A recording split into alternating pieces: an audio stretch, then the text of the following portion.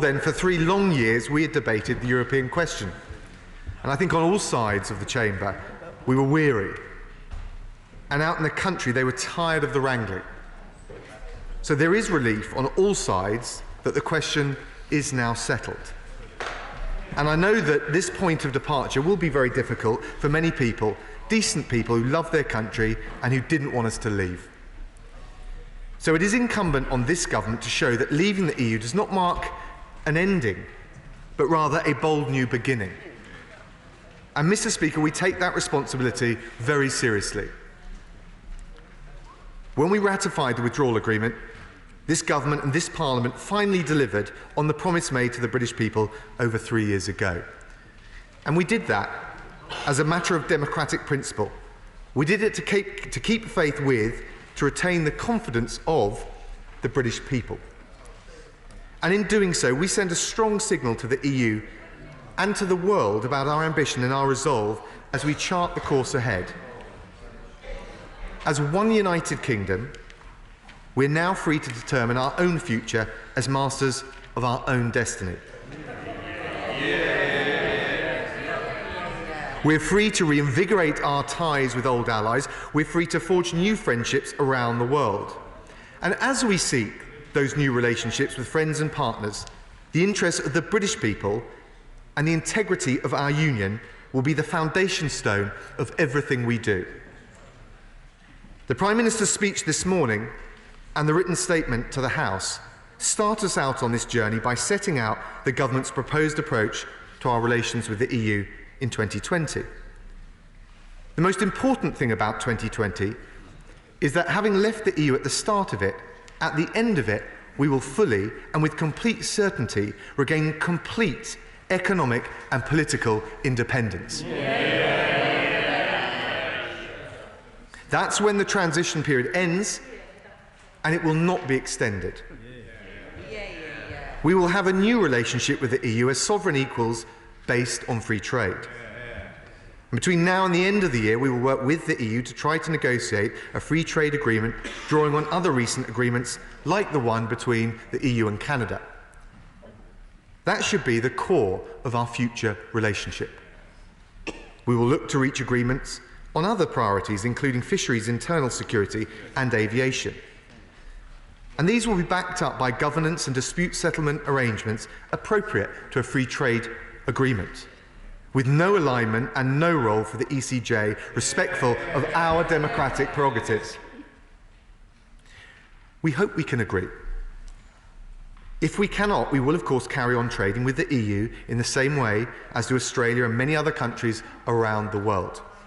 As a free country, collaborating where we can and settling our own rules that work for us. Now, of course, Mr. Speaker, the EU is not our only trading partner, and at the same time we'll be seeking to get agreements with other great trading countries around the world. We're delighted, in the words of US Secretary of State Mike Pompeo when he was here last week, that the UK is now front of the queue for a free trade deal with the United States. And we expect to open negotiations with the US and other countries very soon. That way we can broaden our horizons to embrace the huge opportunities in the rising economies of the future, where 90% of the world's growth comes from.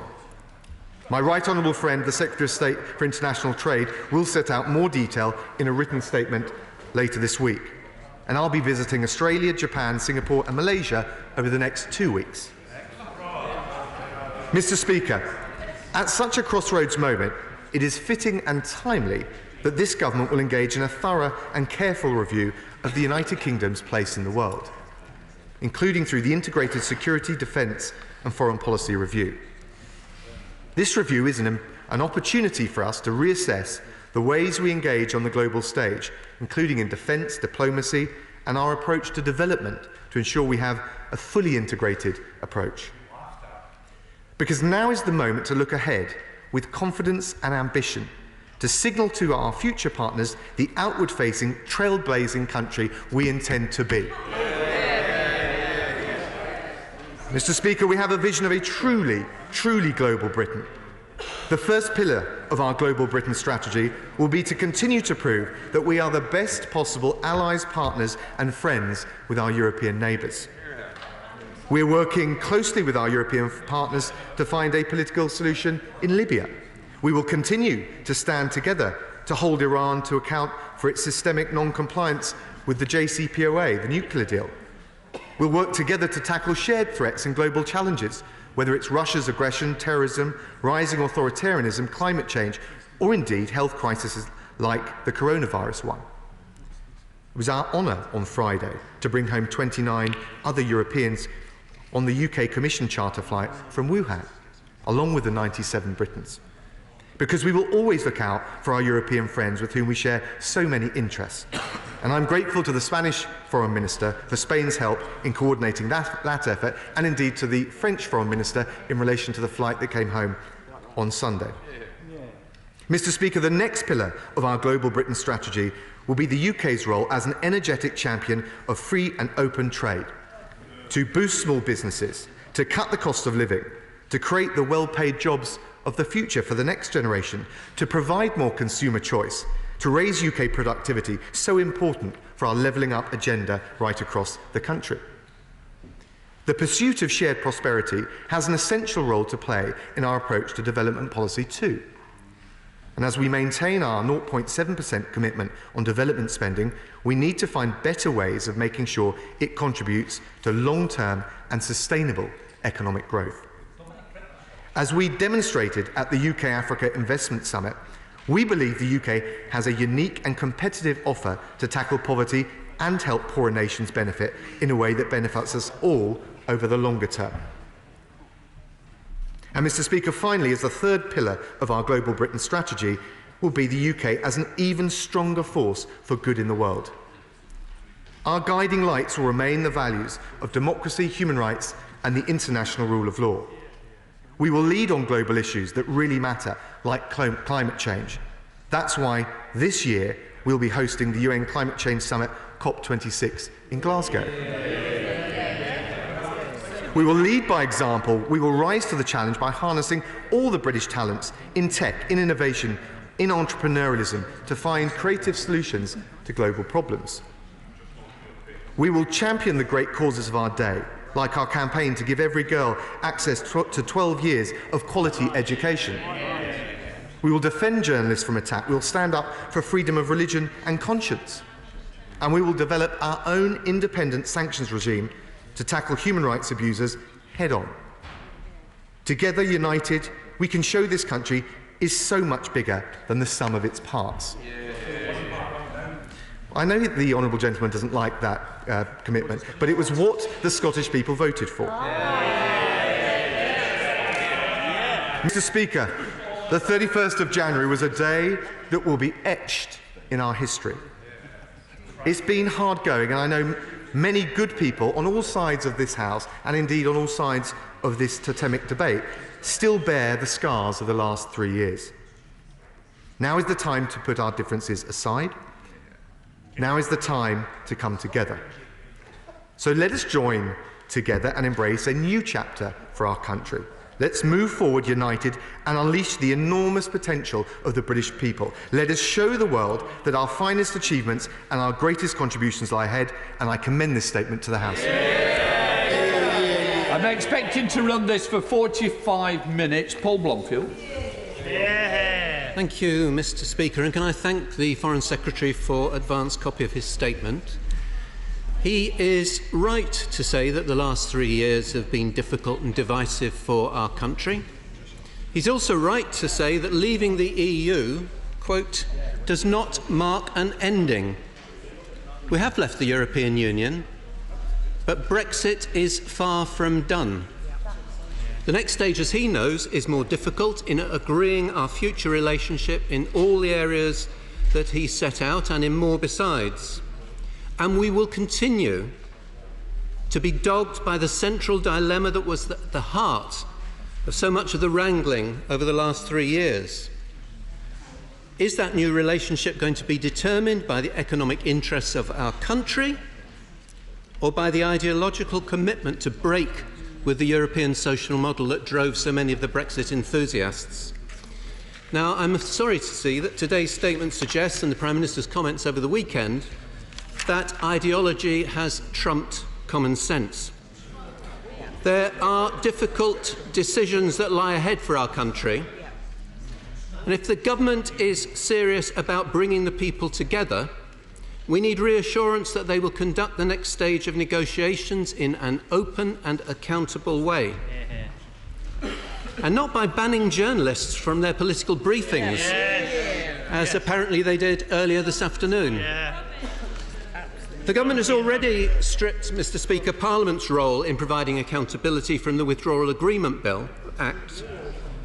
So will the Foreign Secretary at least commit to publishing all negotiating texts and proposals and reporting to Parliament on each round of negotiations? You should do that. And will he, as indeed, putting this Parliament in no less a place than the European Parliament as their negotiators will? And will the Foreign Secretary also set out exactly how the 3 devolved nations will be consulted at every stage of the process? Now, the country, Mr. Speaker, has 2 options facing it, with 2 opposite destinations. We can either form a new and close relationship with our biggest trading partners, or we can open the door to lower our standards with the damaging trade deal with Donald Trump that he welcomed in his comments.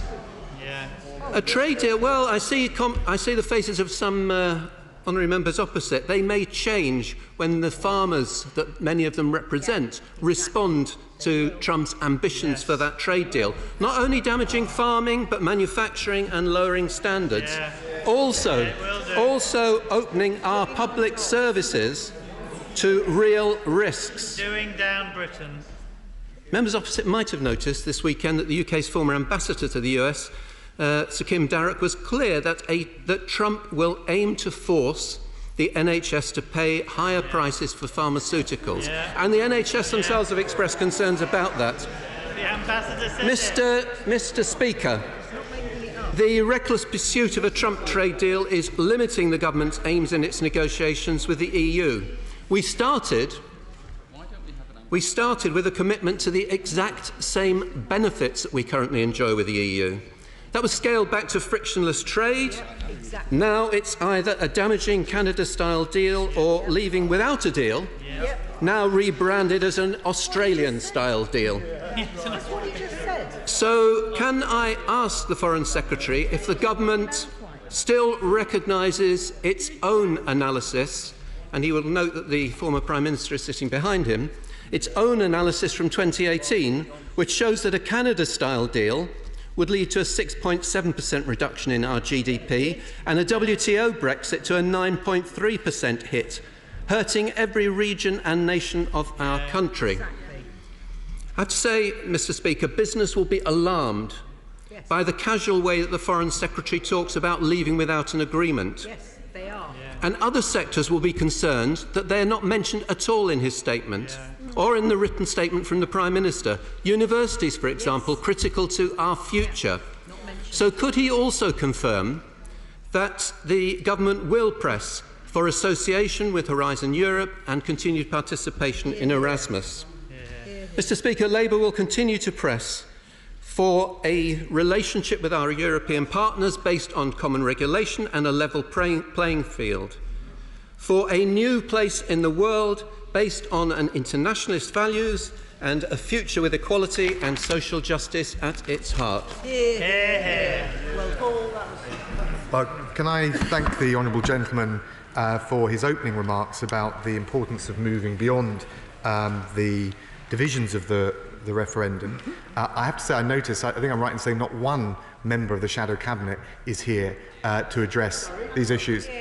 I apologise, one, but the Shadow Foreign Minister, the Shadow Brexit Secretary, they're all busy debating the leadership. Actually, this is an important moment on all sides of the House to look at the future direction of this country. He talked about parliamentary scrutiny. We're absolutely clear, and the Prime Minister made this point at second reading of the withdrawal agreement, that Parliament will be kept fully informed about progress of these negotiations. Both houses will have access to all of their usual arrangements for scrutinising the actions of the executive, and we're confident, the government's confident, that Parliament will take full advantage of those opportunities. We will also make sure that there is full engagement with the devolved administrations. He made a number of other points, though, and I've been listening to his more recent remarks, including since the election, where he has said that actually the Labour Party should have come out and campaigned for Remain during that election campaign. It suggests to me that the Honourable Gentleman, and indeed the Labour Party, still have not quite got it. That there is a referendum, a democratic will, that must be respected. We will not move on from this debate, let alone grasp the opportunities of Brexit, if the honourable member and the Labour Party stay stuck in that rut.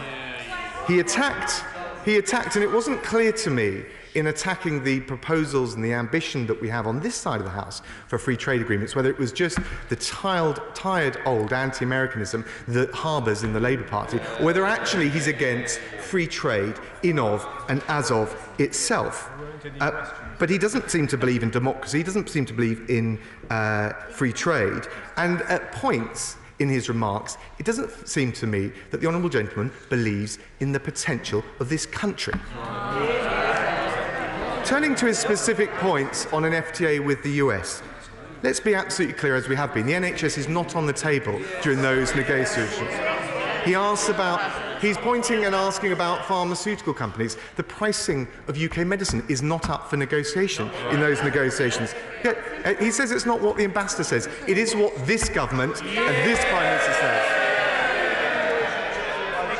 He talked about the FTA with the United States, but he makes no mention of the prospects for an ambitious free trade agreement with Japan, with Australia, with New Zealand, the CPTPP. Is he against those as well? Because it seems to me that the Honourable Gentleman is pitting himself against a huge opportunity for this country to grow its trade, to boost its small businesses, to ease the cost of living on consumers, and that is a step backwards, not forwards, for the United Kingdom. He mentioned forecasts. I would just say that I think there's a degree of healthy scepticism about some of those forecasts, but the United Kingdom and the government are not passive observers. It is incumbent upon us, through our approach to the economy, through an ambitious approach to free trade, getting the right immigration policy, to make sure that we grasp the opportunities, and it's on this side that we're absolutely committed to grasping those opportunities and making a full success of Britain for every quarter of the Union.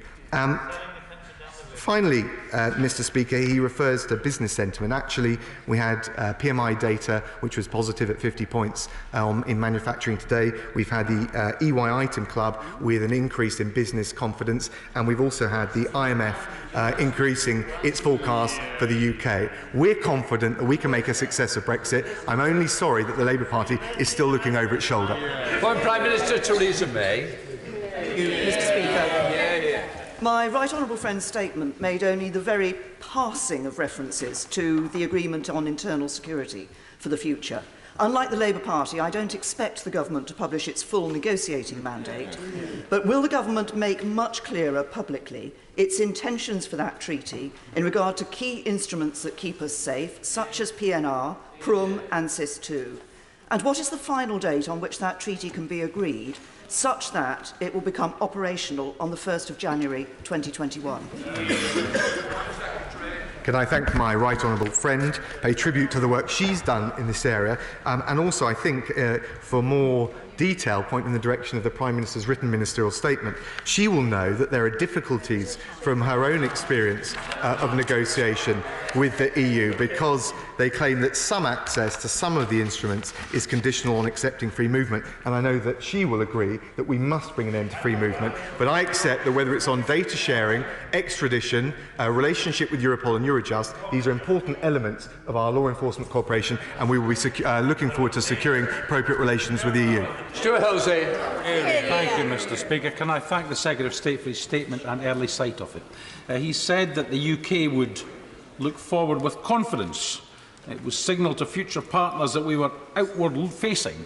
May I disagree I think all of the plans risk making the UK a smaller, insular and more isolated place. He spoke about a truly global Britain and being the best possible allies with the EU. I fear that was rather contradicted by what the Prime Minister said in his written statement today, that there would not be any regulatory alignment, any at all, even on the efficacy of medicines. There would be no supranational control of any area of UK policy. Mr. Speaker, the WTO has an appellate body, a dispute resolution body. EFTA has a court to deal with disputes. Even the much vaunted CPTPP has an investor-state dispute resolution mechanism. Now, unless the English language has changed, every single one of these bodies and mechanisms has supranational effect. It may well be natural as well. Does the Secretary of State not understand that if our putative trading partners insist on formal dispute resolution mechanisms or institutions, saying no may risk the UK being seen as abandoning the international rules-based system? Does he not understand that by rejecting formal dispute mechanisms or institutions, if our partners insist on them, will make it harder, not easier, to strike deals? And does he not understand, finally, that even if the UK reverts to WTO rules, the UK's favoured option, outside any real agreements, they have an appellate body, they have a dispute resolution body, which is supranational in its effect, thus rendering the red lines laid out by the Prime Minister this morning utterly useless before the ink is dry on them. Well, I thank the honourable gentleman. He referred at the outset to an approach which was smaller, insular and isolated. I'm afraid that sounded like the recipe of the SNP for the people of Scotland. On our side of the House, we want one United Kingdom proceeding forward, ready to grasp the opportunities, including for the Scottish people, including making sure we've got full control as an independent coastal state over our fisheries, which is one thing that he would clearly be willing to sacrifice at the drop of a hat. It's astonishing that the SNP, as it understandably, given the views that its leadership takes, calls for more and more powers to be devolved to the Scottish Parliament, but wants to give up power to unelected bureaucrats in Brussels through what he calls dynamic legislative high alignment. There's a total contradiction in the position that he takes. And then he also referred to the dispute resolution mechanism. The dispute resolution mechanism that the UK government will approach these negotiations in the same way as we did in relation to the withdrawal agreement, although this will be different and therefore tailored to the free trade and the other areas of security cooperation, is to make sure that there is a track for negotiated diplomacy to resolve through political resolution problems that arise. Secondly, in relation to where it's necessary, arbitration. And the common practice with arbitration is that both sides appoint arbitrators, they appoint a chair. The one thing you would never do, which the EU calls for, and which the SNP seems to endorse, is to allow one side's judicial institutions to have control over the dispute resolution mechanism for both sides. That is entirely lopsided and is a fundamental abdication of responsibility of any responsible government, and we will not go down that path. I appreciate that he will continue to make, in his own way, the arguments that he wishes, in a blinkered way, for a second referendum on Scotland. In the meantime, we will continue to work in the full interest of the whole United Kingdom and take this country together, united, forward. Tom Tugundar. Thank you, Mr. Speaker. I know my right honourable friend will have welcomed the way that our right honourable friend, the Prime Minister, handled the recent Iran emergency and the work that he did in bringing together two other European powers into the E3 was extremely impressive. Has he got any views on how he's going to look at a few more of the institutional tie-ups, perhaps, that Lord Hague recommended to the Foreign Affairs Committee in the last Parliament? Because although Global Britain works beautifully in reaching out, perhaps looking at some of our more immediate bilateral partnerships may also be somewhere where we could grow. I thank my honourable friend, and I think he makes some good points. In fact, of course, the E3 Corporation is outside of the formal structures of the EU. It's worked effectively in the recent Berlin conference on Libya. We worked very closely on the JCPOA in terms of triggering the DRM, and both with our cooperation with our French partners and our Spanish partners, we've shown in the evacuations and the chartered flights for the coronavirus that there is, through the bilateral relations, ample opportunity to show that we're going to be even stronger neighbours, partners and allies in the years ahead.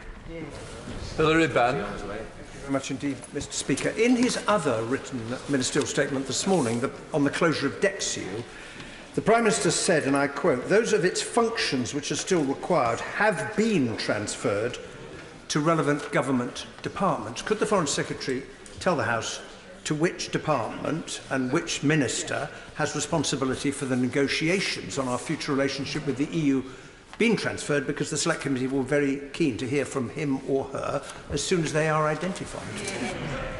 Well, I thank the right honourable gentleman. Of course, there are a whole range of departments that were siphoned into DEXU when it was created. We've taken back a significant number of the DEXU officials into the Foreign Office. My honourable friend has been talking to them earlier today, so they will be integrated into the wider functions of government in the usual way. Ian Duncan-Smith. Mr. Speaker, I congratulate my right honourable friend for his statement and the Prime Minister's statement as well. In the course of this, looking at the service sector, given that financial services, the EU has made next to no effort in most of the trade deal arrangements that they've negotiated in the past to make any special pressure on getting a regulatory position for the UK in terms of financial services, does he now think that the EU is going to reference enhanced equivalence, as was the paper written by Barnabas Reynolds, who is a lawyer who wrote this and the Treasury accepted it? Will he now be proposing this to the EU as the way forward when it comes to regulation? Thank my right honourable friend. Our ambition is to include comprehensive obligations on market access and fair competition in relation to the Prime Minister's advisor, David Frost, is leading the negotiations. I think if he's paying attention, would know that already. And in relation to the field of financial services, we're willing to look at regulatory and supervisory cooperation arrangements as long as they can be done on the basis of equivalence. So that's actually, I'm aware of the paper that he referred to, but it's already in the political declaration. So obviously, as we proceed with the second phase of negotiations on the future relationship, we will want to make sure that the EU lives up to its side of the bargain in that area. Kevin Brown.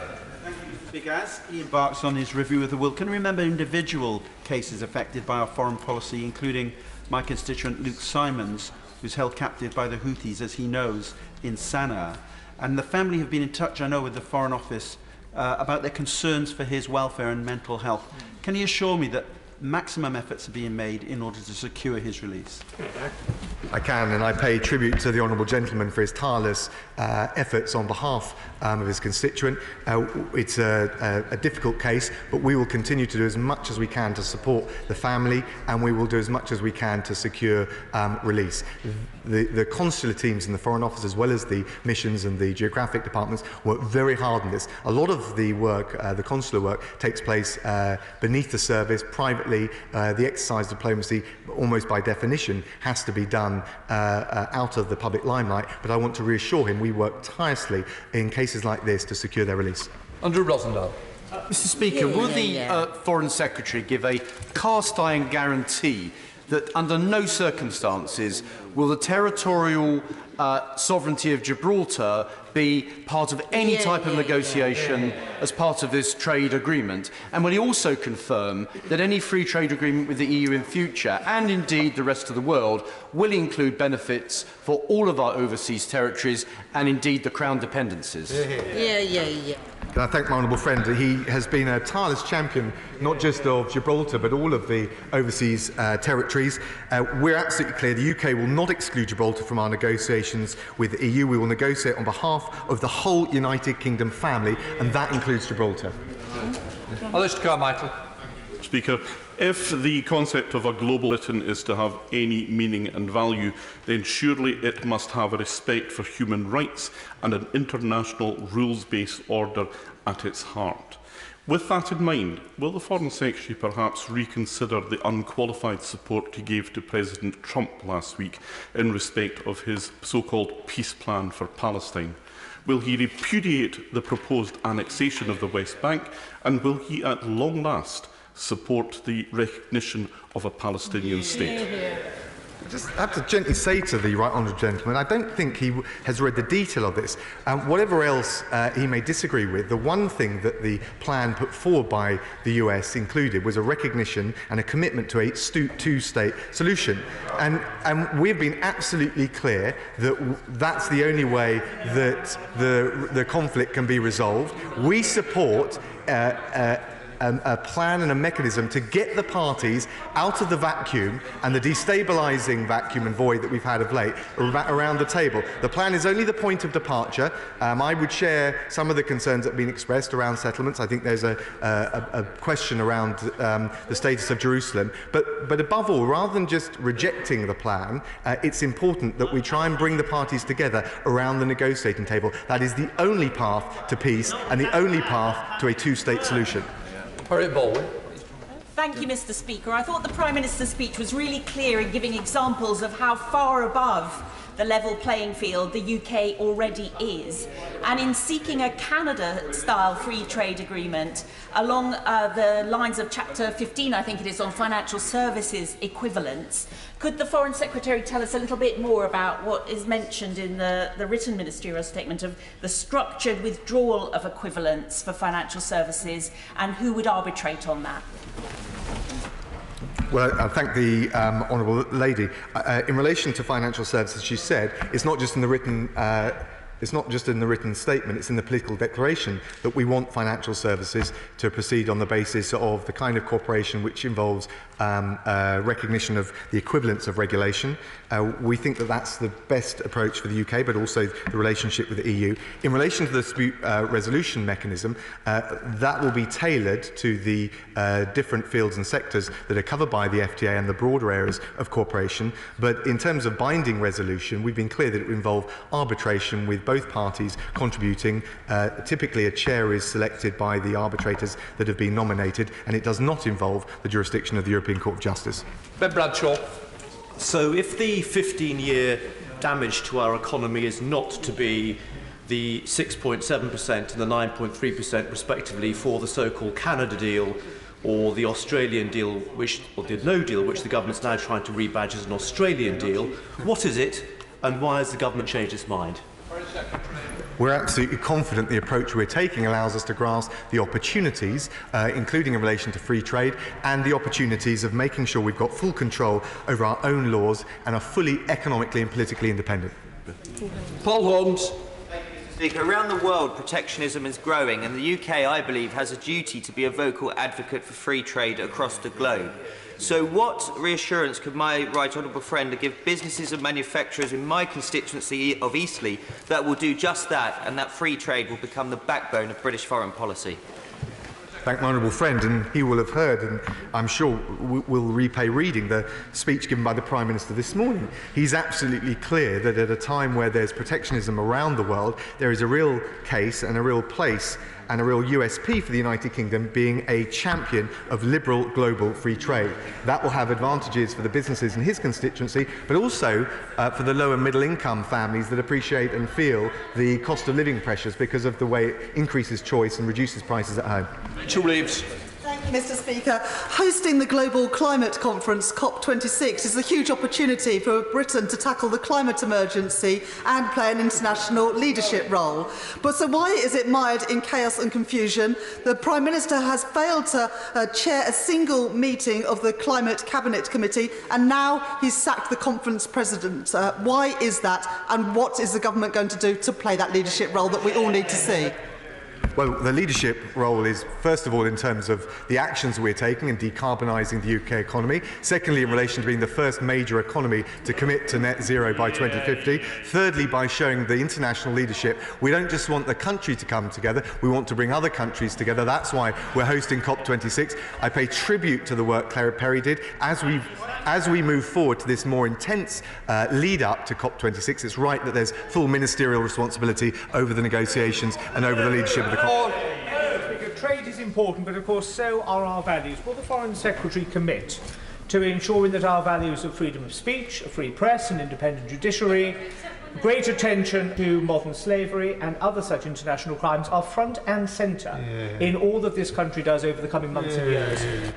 Well, I thank my honourable friend, and I can reassure him not just with the campaign for media freedom that we're leading along with our Canadian friends. We've got that emphasis on protecting journalists and whistleblowers who shine a light on the worst injustices in the bleakest corners of the world. We're championing, and I pay tribute to my honourable friend, I don't know whether he's in the chamber, the Special Envoy, the Prime Minister's Special Envoy for freedom of religion and belief. We'll be taking that work forward, and we're also introducing a separate new autonomous sanctions regime to make sure that the worst human rights abusers in the world can be held to account through visa bans and asset freezes. Caroline Lucas. Thank you, Mr. Speaker. Tackling the climate emergency must be core to trade policy, yet the lack of specific government proposals look miserably weak compared to the European Commission work on carbon border tariffs and the European Parliament ruling out trade deals with countries not signed up to the Paris Agreement.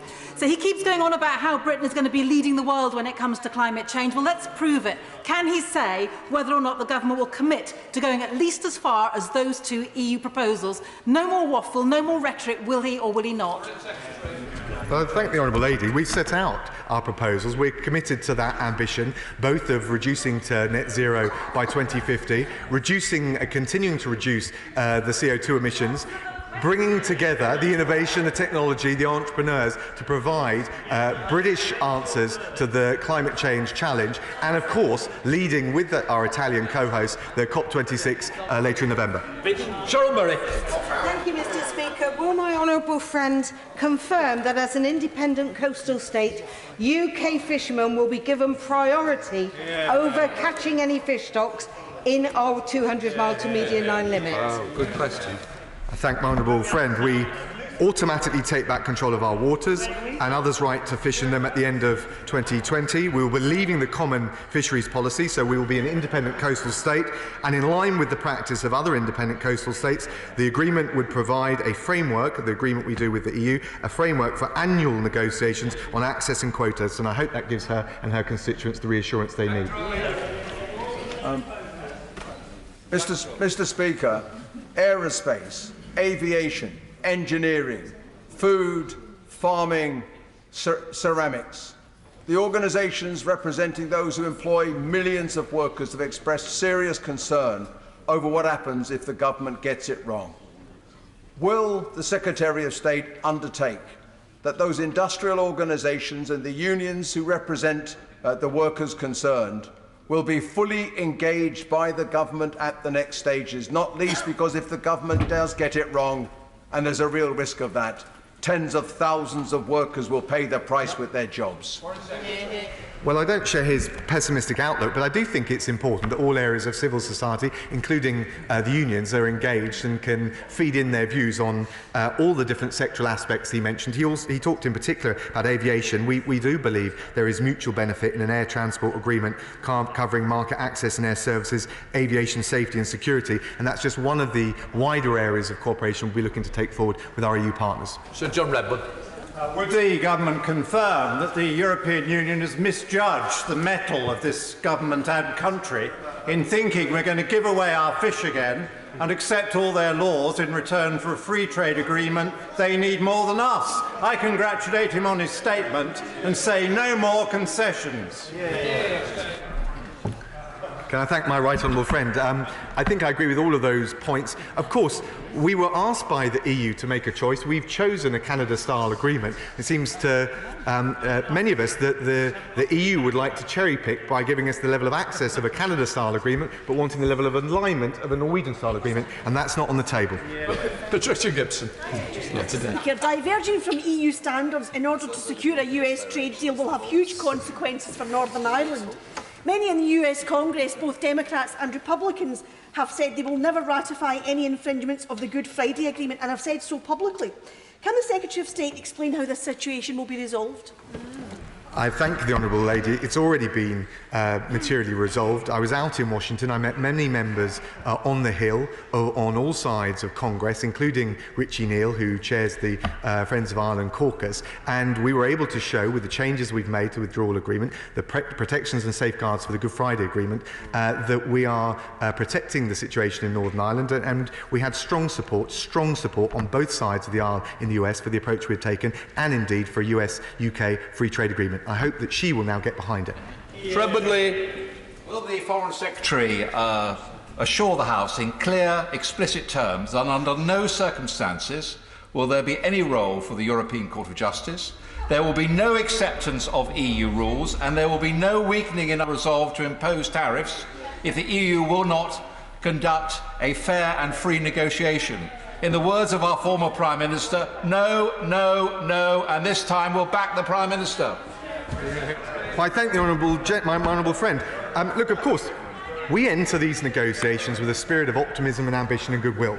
But we also want to be clear. I think it was in response to an earlier question that was made about the EU side not understanding what is and what isn't up for negotiation. We are not going to allow the European Court of Justice to adjudicate disputes that affect the United Kingdom. That is not global practice. It would be totally lopsided. And equally, in relation to level playing field or other areas of high alignment, we've been absolutely clear, and the Prime Minister was this morning, we'll have full economic and political independence and full control over our laws.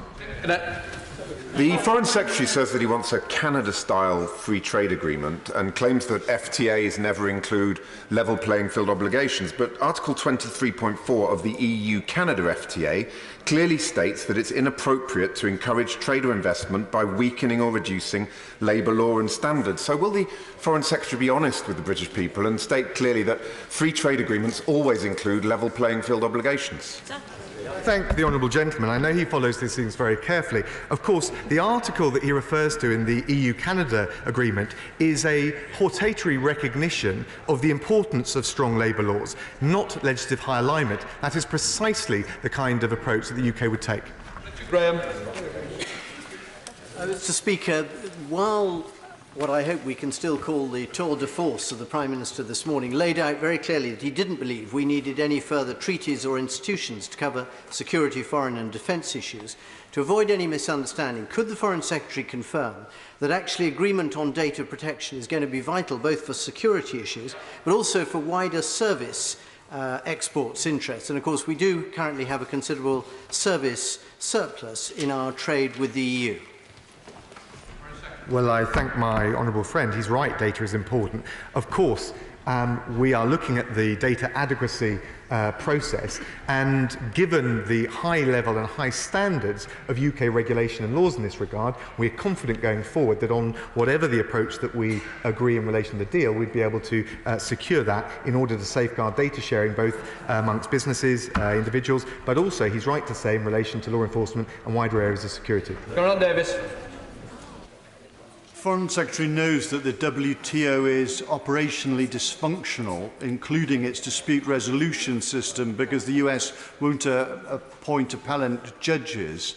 And therefore, does he accept, if we drift away from the protection of the laws and rules and courts of the EU, that will put our jobs at risk? In particular, financial services will disperse, and we're already seeing the currency down 1%. So will he focus on keeping us aligned rather than going away to a system that doesn't work?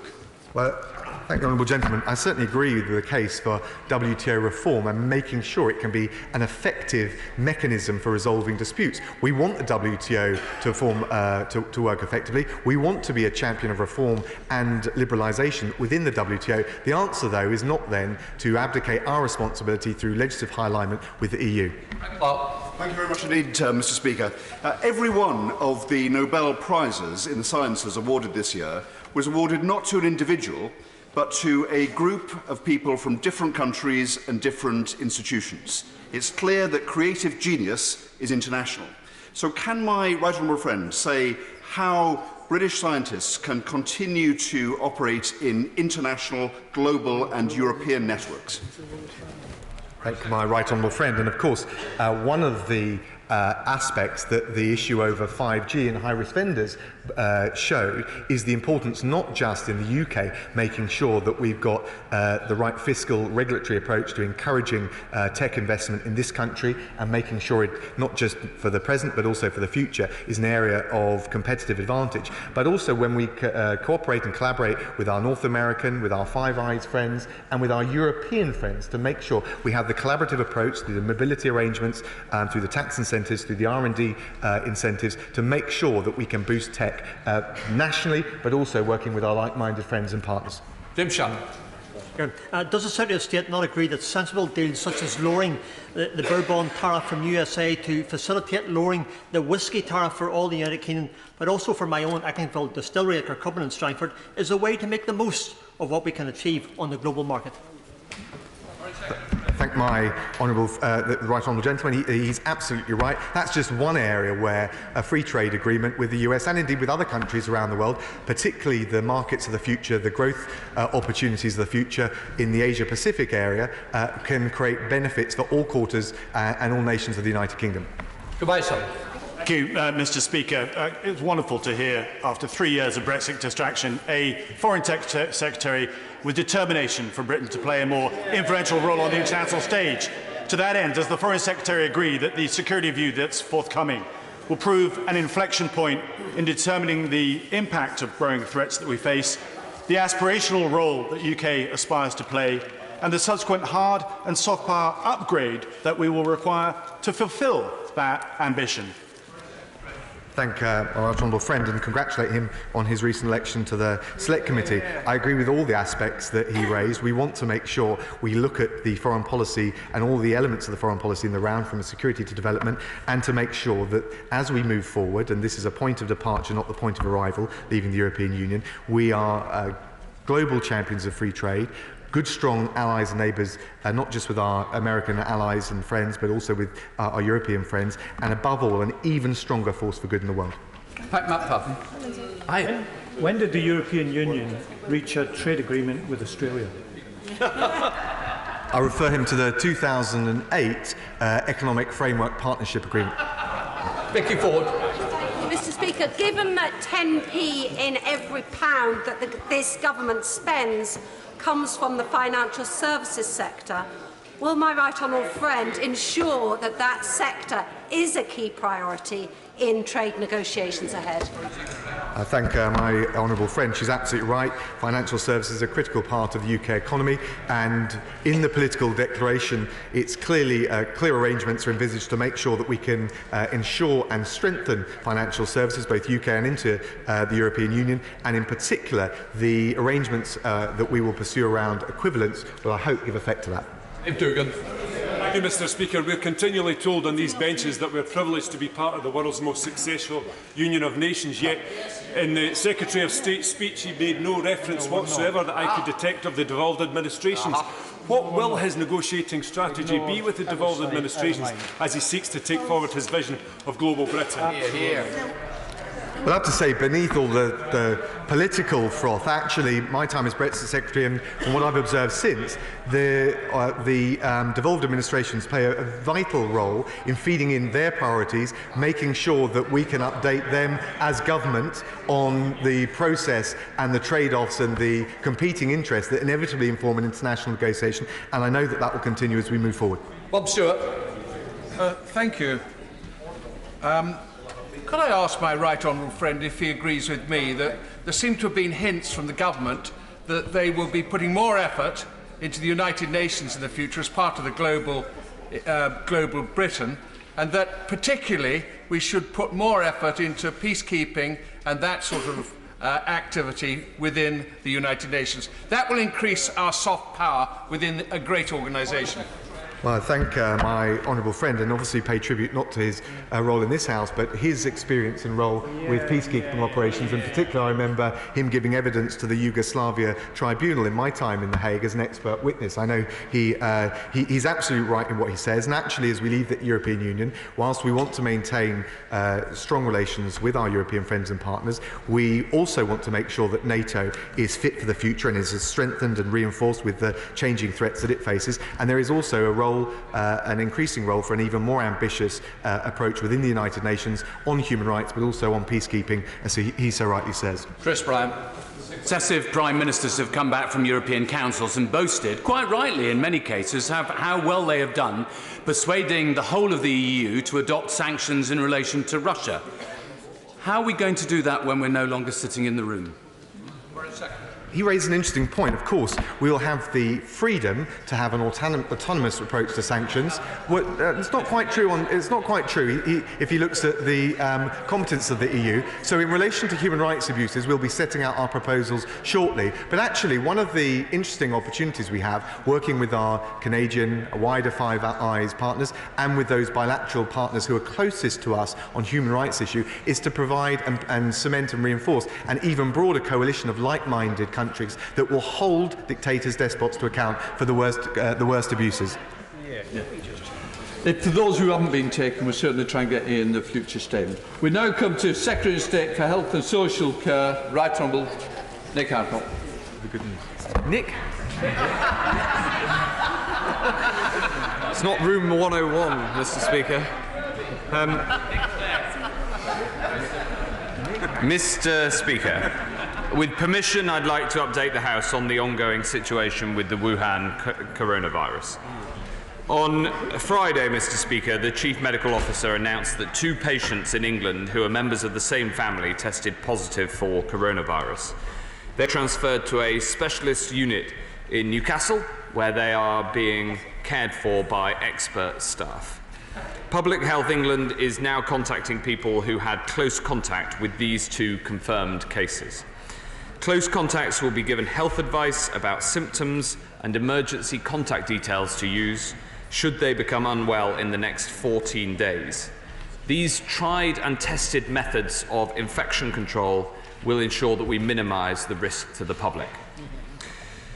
On Friday, a Foreign Office chartered aircraft carrying 83 British nationals left Wuhan for the UK, and I want to thank all those involved in this operation, including staff at my own department, the Foreign Office, Border Force, the Ministry of Defence and military medics, as well as all of the NHS staff and officials at Public Health England, and many more who've worked 24/7 on our response so far. Yesterday, we brought a further 11 people back via France, and returned UK nationals have been transferred to off-site accommodation within the NHS at Arrow Park Hospital on the Wirral, where they'll spend 14 days in supported quarantine as a precautionary measure. And I want to thank all the staff there who've done so much to make this possible.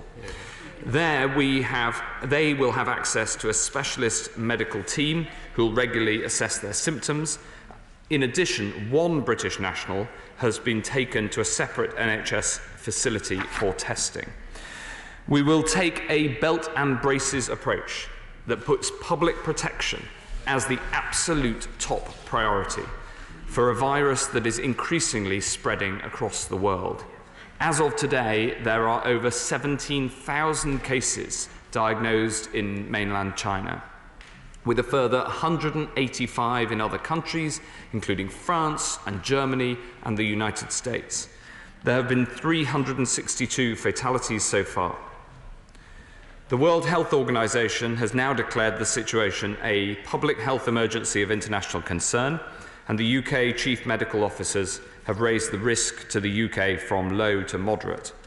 We're working closely with the WHO and with international partners to ensure that we're ready for all eventualities. This afternoon, health ministers from G7 countries spoke, and we agreed to coordinate our evidence and response wherever possible.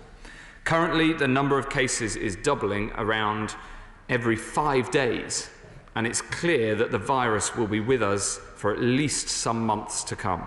This is a marathon, not a sprint. On existing evidence, most cases are mild and most people recover. Nevertheless, anyone who's travelled from Wuhan or Hubei province in the last 14 days should immediately contact NHS 111 to inform them of recent travel, should stay indoors and avoid contact with other people, just as they would with the flu, even if there are no symptoms. Anyone who's travelled to the UK from mainland China in the last 14 days and is experiencing a cough or fever or shortness of breath should self-isolate and call NHS 111, even if symptoms are mild. Mr. Speaker, we will do all we can to tackle this virus. We're one of the first countries in the world to develop a new test for the virus. Testing worldwide is being done on equipment designed in Oxford, and today I'm making £20 million available to the Coalition for Epidemic Preparedness Innovations to speed up the development of a vaccine. I can also announce that Public Health England has sequenced the viral genome from the first 2 positive cases in the UK, and today is making that sequence available to the scientific community. Their findings suggest that the virus has not evolved in the last month. We've also launched a public information campaign setting out how every member of the public, including members of this House, can help by taking simple steps to minimise the risk to themselves and their families. Washing hands, using tissues when you sneeze, just as you would with flu. And that goes for all of us. Mr. Speaker, we remain both vigilant and determined to tackle this virus with well-developed plans in place, and I commend this statement to the House. Just to say, expected to run this for up to 45 minutes. Jonathan Ashworth. Grateful, Mr. Speaker, and I'm grateful for the Secretary of State for advance sight of his statement and for the way in which he's kept the House updated. I'm also grateful for the Secretary of State for making arrangements for the Chief Medical Officer, NHS England officials and Public Health England officials to keep me updated as well. Our thoughts are naturally with those who have lost their lives and those who have contracted the virus, including the 2 cases he has mentioned. Can I thank our NHS staff who once again show themselves to be exceptional and dedicated? Can I pay tribute to our world-leading expertise at Public Health England and NHS England as well, and can I also join him in putting on record our thanks to all those involved in returning British nationals from Wuhan.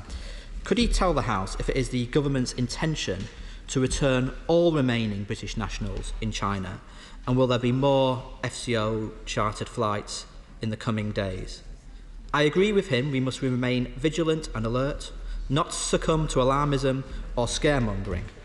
As things stand, this virus has around a 2% mortality rate, significant certainly, but as he says, most people will recover. However, this virus is highly infectious. The pathogen appears to be easily transmitted. Cases have been reported now in over 20 countries. The epidemic has grown at a pace quite unprecedented in recent history, with the official case count more than tripling in the past week. I welcome the remarks he made about the G7. He will be aware, of course, we've seen cases in countries such as Cambodia, Nepal, the Philippines, countries with weaker health systems than ours. Could he tell us what work he's carrying out with the Secretary for International Development to support countries around the world who will need extra help at this time? I welcome the Secretary of State's 20 million for vaccine research, but we have to recognise, don't we, that even if a vaccine is produced, it is probably some months away. Therefore, slowing down the virus spread while that vaccine is developed is absolutely crucial. So, could he tell the House how many people has Public Health England now contacted who have been in touch with the two people who were infected? Is he able to share with the House those figures? I also understand and indeed endorse the precaution of NHS England in quarantining evacuees from Wuhan at Arrow Park Hospital on the Wirral. And on the Arrow Park, I must mention my humble friend for Wirral West, who is the local MP, who has been in touch regularly with ministers and her constituents and the hospital since the news broke last Thursday. But I have also been contacted by a patient in quarantine who's told me that evacuees are only tested for the virus if they display symptoms because risk of virus transmission is considered low. It would help reassure the House if the Secretary of State could clarify why, if risk of transmission amongst non-symptomatic evacuees is low, why there is no option for evacuees to self-quarantine at home. I understand Japan and the Netherlands are allowing such quarantine. As I say, I endorse the precautions the ministers are taking, but I just think it would be helpful if the Secretary of State could offer greater clarity on those reassurances. And indeed, what would be the response of the government and the NHS if evacuees wanted to leave Arrow Park and self-quarantine at home? Could he update the House on that? I welcome the public information campaign. Can the Secretary of State update us on what discussions he has had with local authority, public health officials, and also local authorities, social care providers and social care staff who are obviously caring for people who are especially vulnerable to the respiratory problems associated with coronavirus. We know that this is also a time of considerable strain on the NHS. I know we disagree why it's the strain on the NHS, but he will accept this is a time of huge pressure on the NHS. Could he tell the House how many specialist beds there are available across the system to deal with more cases of coronavirus should we need them, and what is the capacity of trusts to flex up extra specialist beds if needed?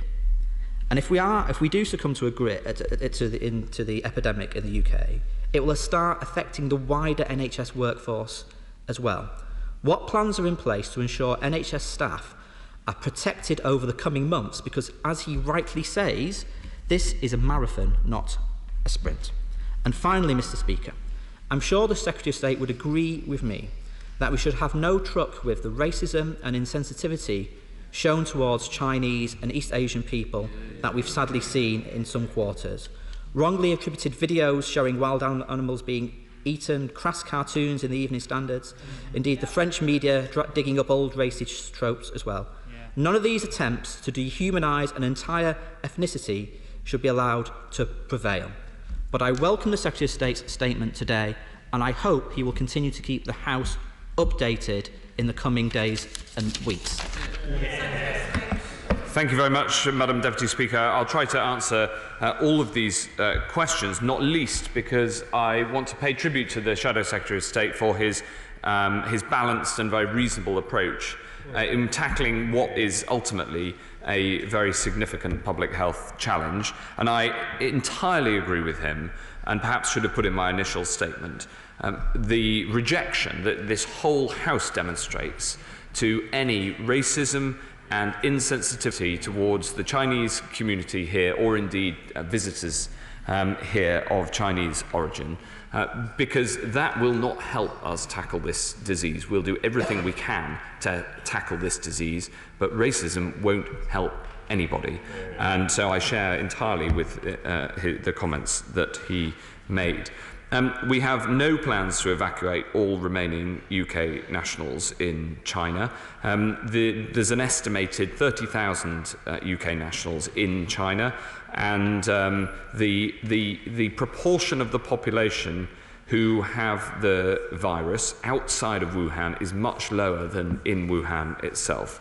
Of course, there are continued flights, not by British Airways and Virgin, who've suspended flights, but by Chinese airlines.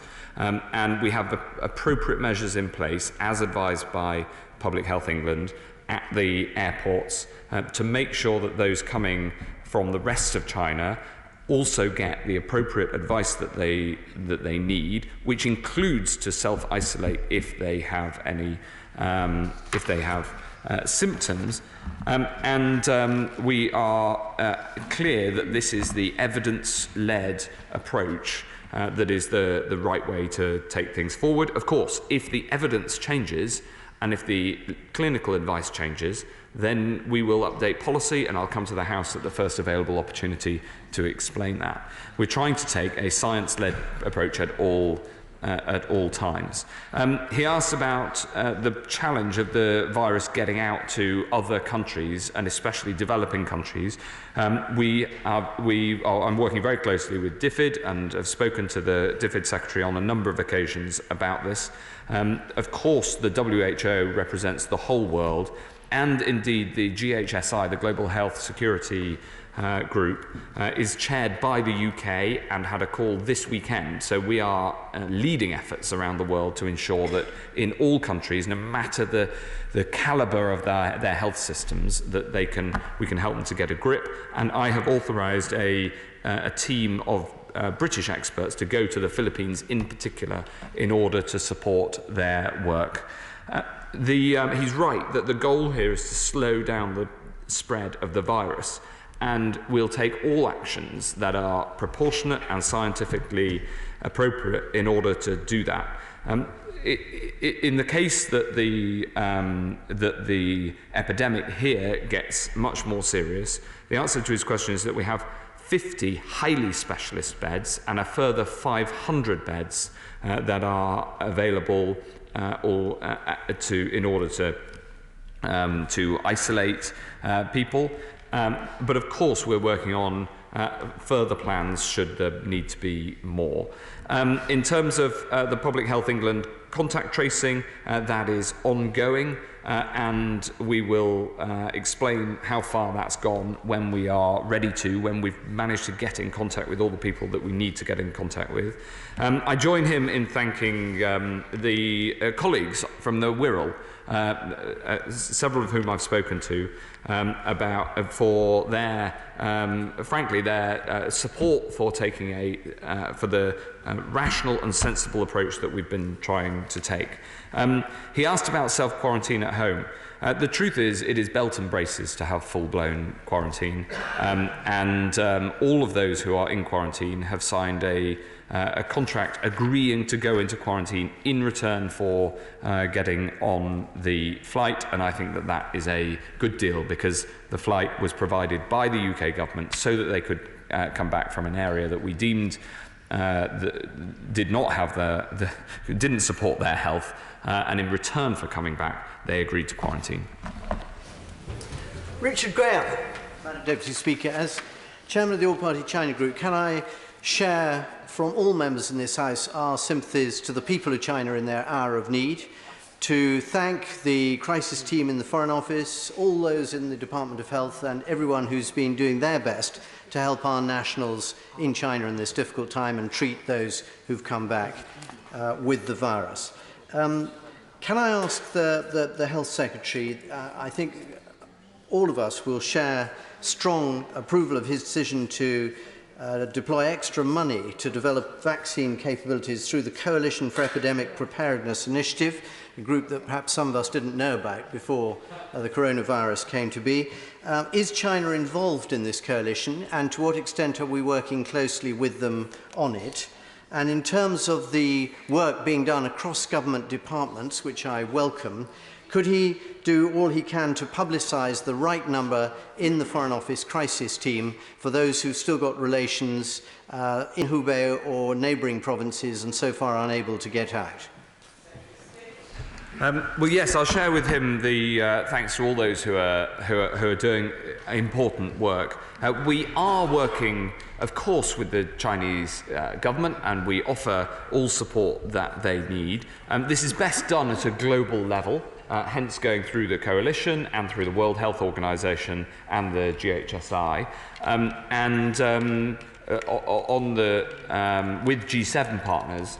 We're happy to respond to any demands or requests that are needed from countries around the world, not just from China, should that be needed, but also from other countries whose health systems may not be as advanced as others, but who do need support to make sure that they can tackle the virus.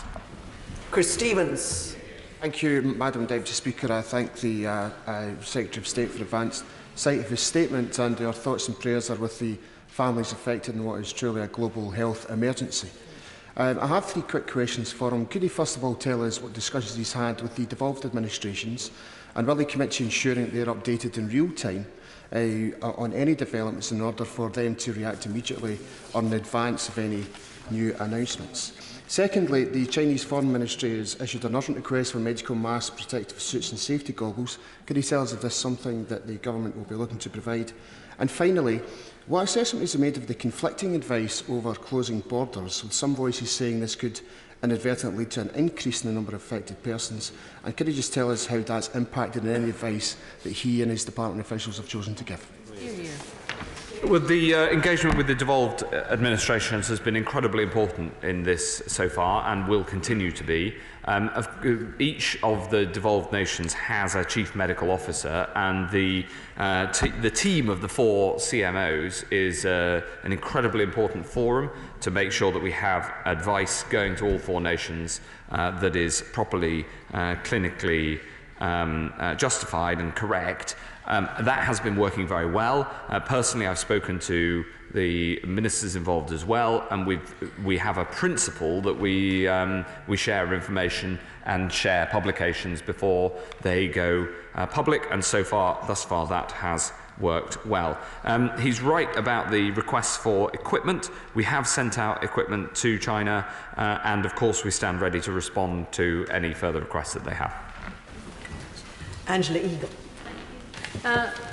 Madam Deputy Speaker, will the Secretary of State acknowledge that learning about the decision on quarantine from the BBC News rather than being told about it by his department, which is what happened to me and most of my colleagues on the Wirral, was an error, because it meant that we were inundated with emails and phone calls from very worried constituents, and we had been given no briefings from which we could actually get any reassurance? And will he undertake to this House that such a thing will not happen again?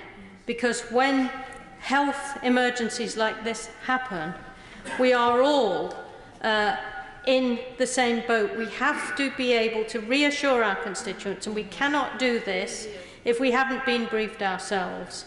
Will he thank his junior minister and the Chief Medical Officer for the briefings that we've received subsequently, but will he please learn that lesson?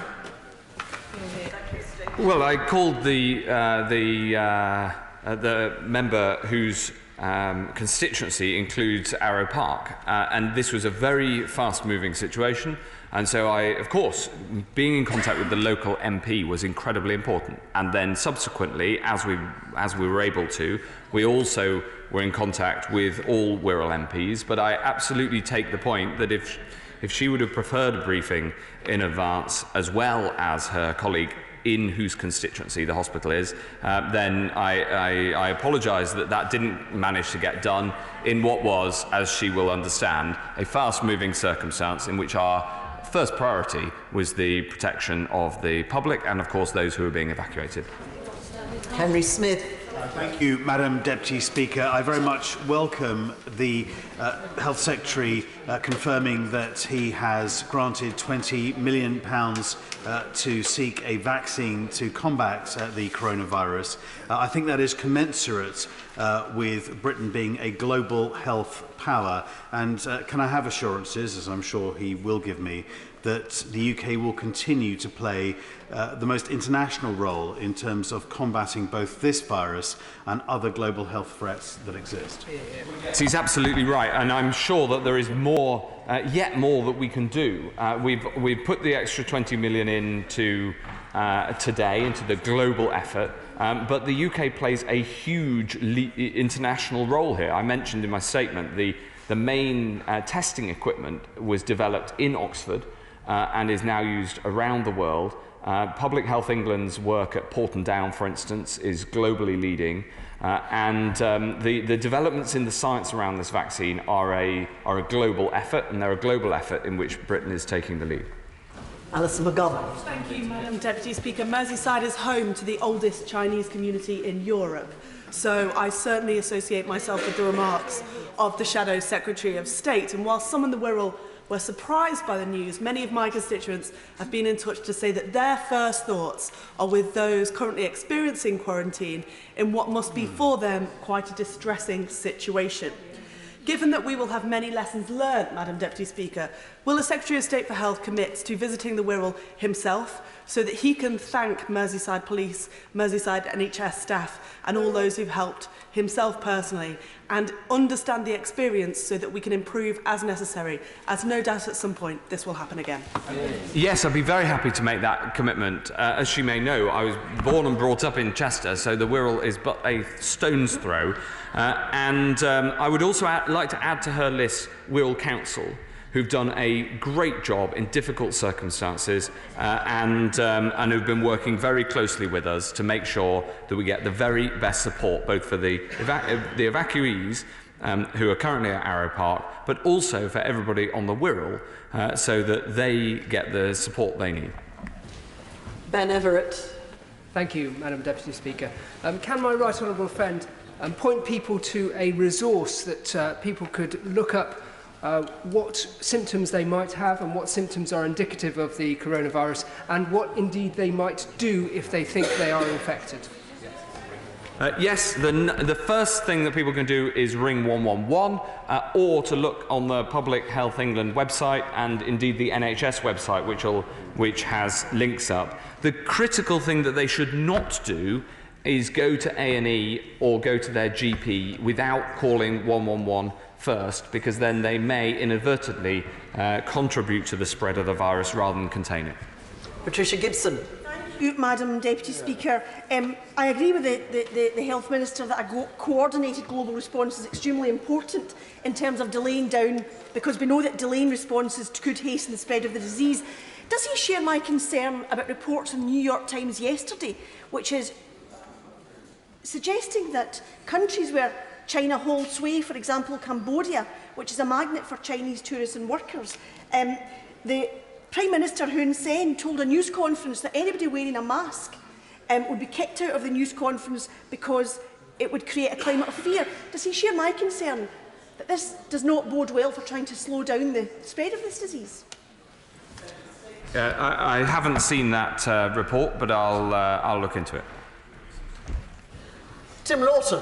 Thank you, Madam Deputy Speaker. Can I commend the response by the Secretary of State and his department, but without wishing to appear as a conspiracy theorist, there are serious questions going around about the role of the Wuhan Virology Institute, which incorporates the National Biosafety Lab in China, and questions as to whether there has been underreporting of the level of fatalities and people affected by this. Is he absolutely happy that the Chinese authorities have been completely transparent with details of this virus and its impact? Well, what I'd say is that when a virus like this strikes, it causes a whole series of difficulties, especially in the epicenter. And it is clear that the health system in Wuhan is struggling to cope. And therefore, collecting the information is necessarily difficult, even with the very best of intentions. So, of course, I understand that there's a lot of noise around this on the internet. What I'd say is that the most important thing to do is to try to get the very best information that we can, analyse it, and then respond and follow the science wherever possible. Rachel Maskell. I particularly want to thank Public Health England for the advice they've given throughout the weekend. However, the levels of concern remain high in York, and this is not only impacting the local economy, but people are concerned. That concern could be alleviated with better communication, and it could be alleviated if the statutory bodies, including local authority, the university, the police and other authorities, are kept better informed as to what is happening. Will he meet with me to discuss what has happened in York and to learn from this so that it can be repeated in a better way elsewhere?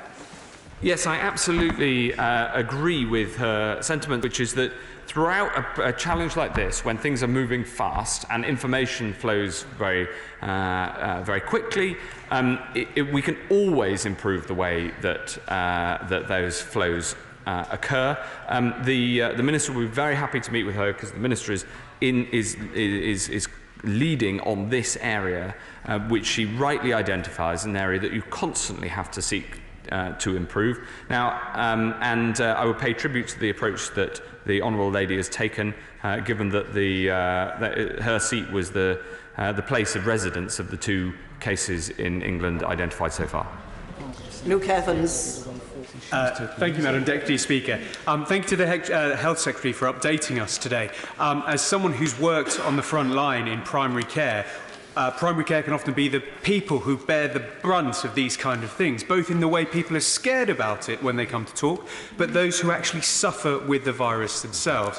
I'm glad he's pointed out my colleagues back in practice will be pleased that directing patients towards 111. But for those of people who do turn up in GP practices or health centres, I'd be grateful if he'd advise me what he's done to let them know where they should signpost people. Yeah. And not only that, if this does develop worse, has he considered whether there'll be any funding available for people when they should this develop into something more sinister and widespread? Thank you.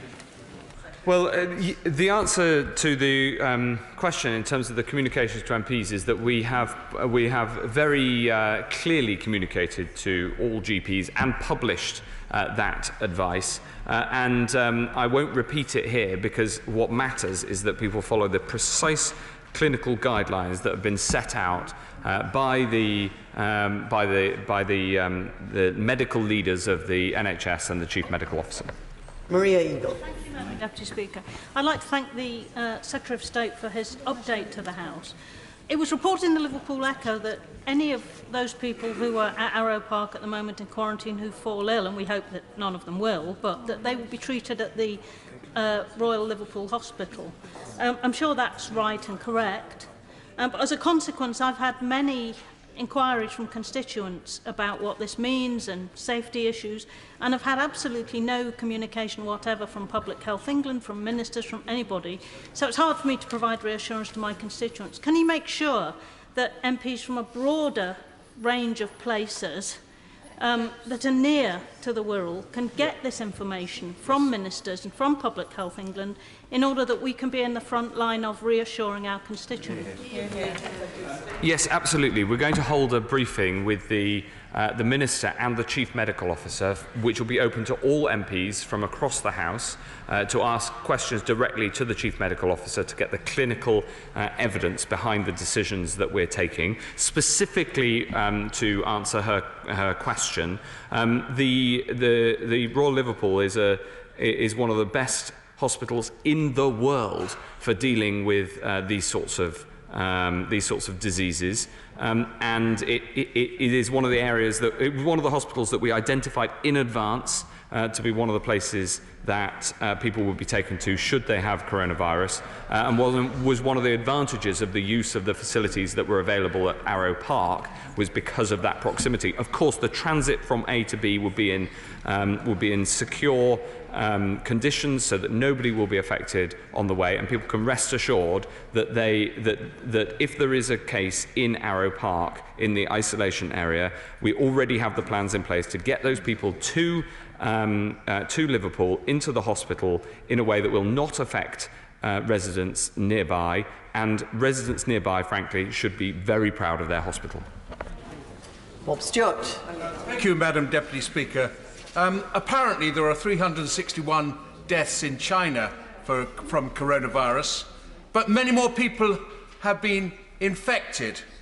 In the worst case, say it does get into this country, could my right honourable friend assure me that just because you develop symptoms, the chances of you dying are not that great?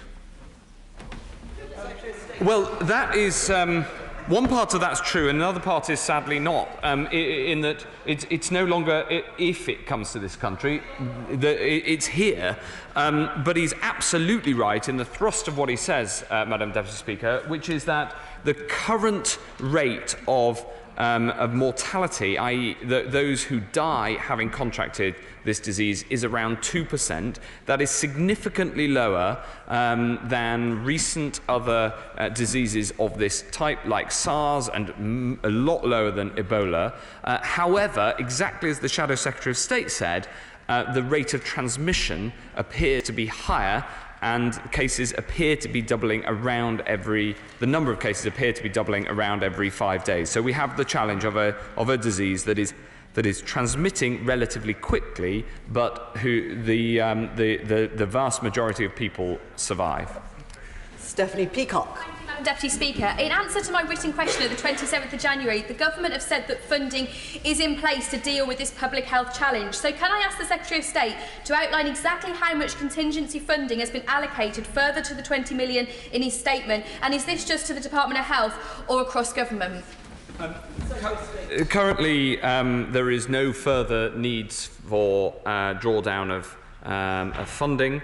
However, obviously, conversations with the Treasury have taken place to ensure that all funding that is necessary will be available if that is needed outside of existing departmental budgets. Julian Sturdy.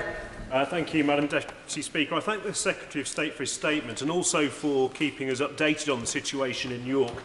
And I appreciate Public Health England say they're making good progress in identifying everyone in York who has had close contact with the 2 patients. But it would be reassuring for my constituents and those residents in York to have a precise timeline of how long this process will take and when they expect it to be concluded. And I wonder if the Secretary of State could give us that information going forward. The process of contacting those who've been in contact with the 2 people who've so far positively tested with this virus is rapid, it is ongoing. It's a matter of days to complete and get in contact with all those people. It is, as I say, it's an ongoing operation, and it'll be concluded soon. And I will let him and the House and the MP for York Central know as soon as we can make that information public. Cat Smith. Thank you, Madam Deputy Speaker. I would like to put on record my thanks to all the officials who supported my 81-year-old constituent, Veronica, to be able to make the journey from Wuhan to the Wirral. And I wondered what lessons have been learned about the repatriation of older citizens or citizens with additional needs who might be more vulnerable. Well, we have worked hard to try to make sure that the repatriation takes into account other health problems that some of the people had, and also to make sure that the accommodation, frankly, takes that into account. We've tried our level best to make the accommodation as comfortable as possible, and I've read some of the stories in the newspapers about the lengths that NHS staff have gone to, and indeed the minister responsible went to Arrow Park to make sure that we're doing everything that we can to make the facilities both safe, of course, both to the public and to those who are being quarantined there, but also comfortable for the 2 weeks. Thank you, Madam Deputy Speaker. In any infectious disease control, it's very important that the members of the public play a role in saying, yes, I think I may have been affected, and actually subject them to quarantine. Will my right honourable friend join me in paying tribute to them, but also to the members of staff who I understand have driven across 2 counties to pick up one of the new patient's wife's birthday present and drove it all the way back to Arrow Park, just to make sure that playing by the rules and doing right by the country is the right thing? Absolutely right. I mean, we have tried to go above and beyond in order to help those who are currently in Arrow Park. That's I didn't know of that example, but there have been several examples, including some of the biscuits that were given to people those who are being quarantined at Arrow Park, which apparently have gone down very well. Monira Wilson. Thank you, Madam Deputy Speaker. The Secretary of State will recall that during his last statement to the House on the Wuhan coronavirus, I raised the importance of vaccinations. At the time, the Secretary of State said, and I quote, "It is unlikely that a vaccine is going to be available. There is not one now, so that is not the route we should be looking at." Given his announcement to invest £20 million in speeding up development of a vaccine, which is of course welcome, what has happened in the last 10 days to change his mind and his assessment? And what is the realistic timeframe within which the public can expect to see a vaccine developed? It's a very good question. I think we need to be cautious about the timings of a development of a vaccine. I'm pushing it as hard as we possibly can. It is true that the science has developed in the last 10 days. The scientists working around the world to understand this virus have made some progress. But I would still, and hence I was convinced enough to put £20 million into the global effort to make it happen. And we may well put more. But I have been impressed by the science as reported to me by the Chief Medical Officer, and therefore have been, my assessment is slightly more promising than when she last asked me the same question. Robert Largan. Thank you, Madam Deputy Speaker. One of my constituents is currently in quarantine, having been evacuated from Wuhan. Having spent most of last week talking to the Foreign Office on their family's behalf, can I put on the record my thanks to the Foreign Office staff, both here and in China, and the Department for Health staff and NHS staff for the brilliant work which they have done and continue to do. Going forward, can my right honourable friend give more information on the social media campaign the government is doing to get information and advice out to people as quickly as possible? Yes.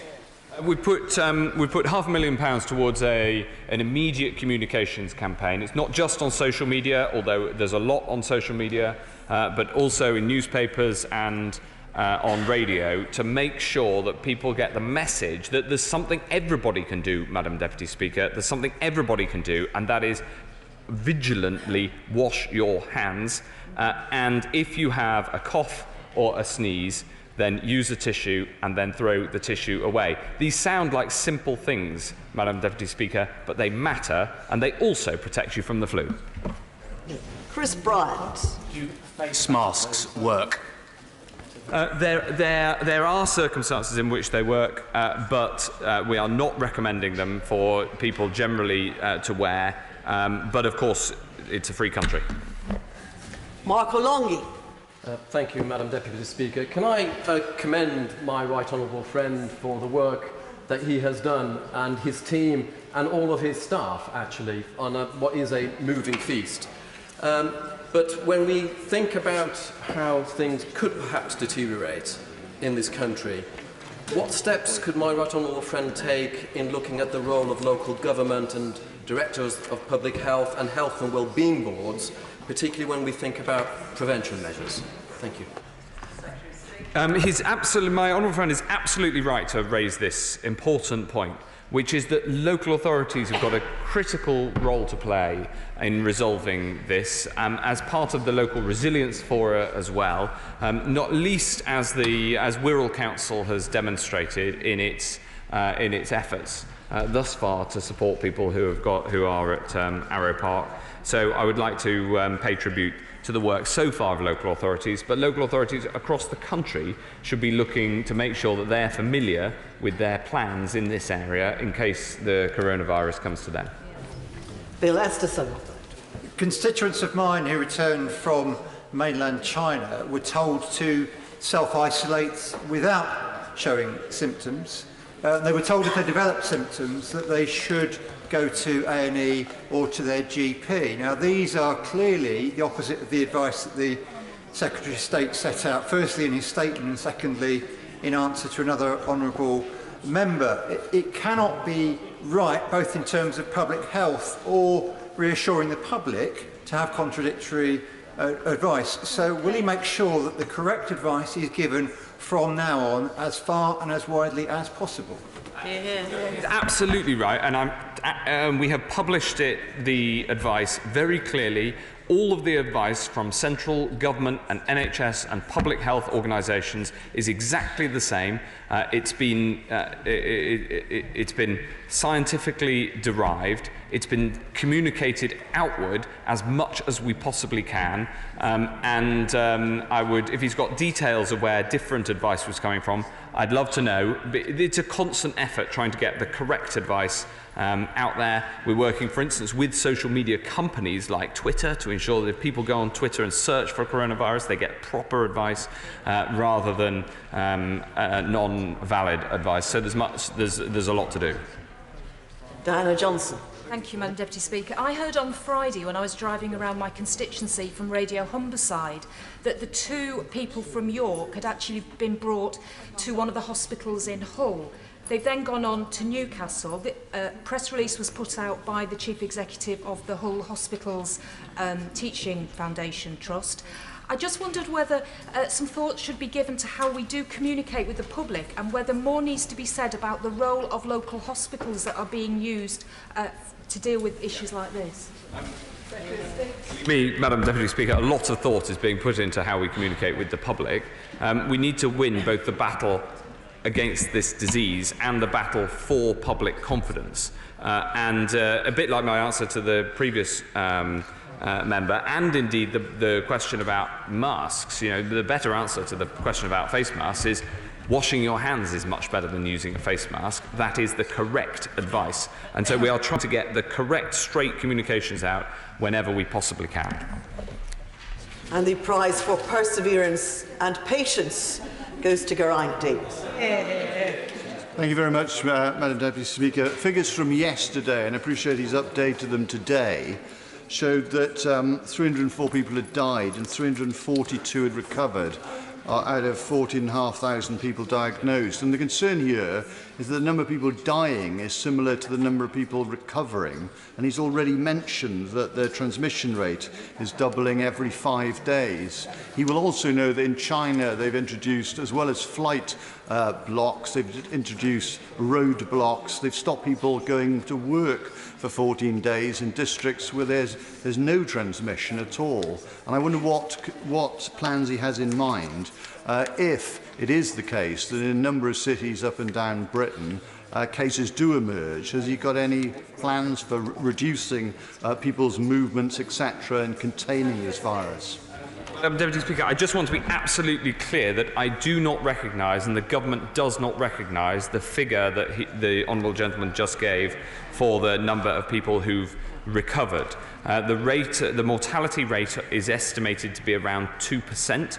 Of course, we'll revise that figure as more information comes to light, but the figure that he gave for those who are recovered from the disease appears to be very, very low compared to the information that we've got. Of course, we have plans in place should this disease become widespread globally and widespread here.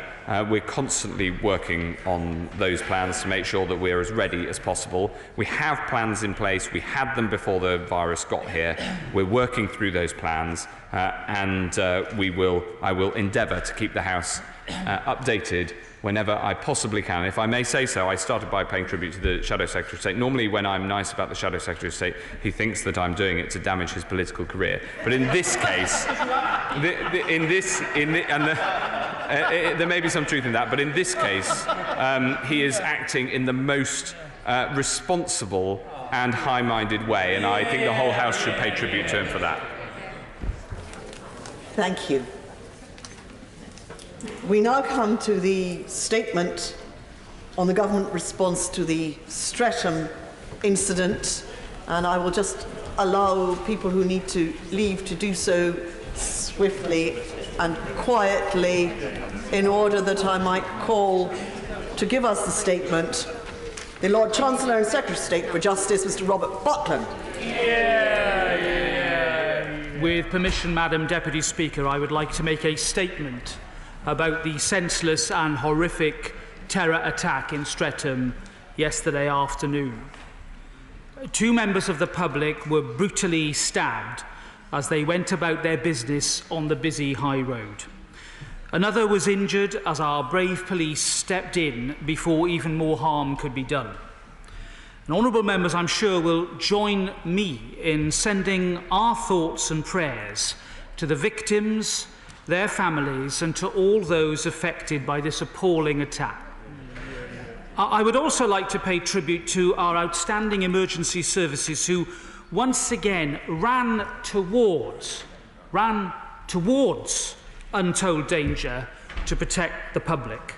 The police who shot the offender to save others, and the ambulance staff who fearlessly tended the wounded despite the risk to their own lives. Protecting the public has to be the #1 priority for this government. Madam Deputy Speaker, the Streatham incident is subject to an ongoing police investigation, and as such, I'm limited in what I can say at this time, but I would like to share what details I am able to with the House.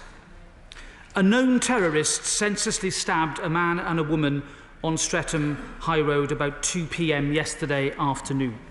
The attacker has yet to be formally identified, but police are confident that it was 20-year-old Sudesh Aman. In December 2018, he was imprisoned for 3 years and 4 months for 16 counts of distributing extremist material and for the possession of material likely to be useful for the purposes of preparing a terrorist act. The sentence he received was a standard determinate sentence, and that means that 1 week ago he was automatically released halfway through that term. The parole board had no involvement in the matter. The law required automatic unconditional release at the halfway point.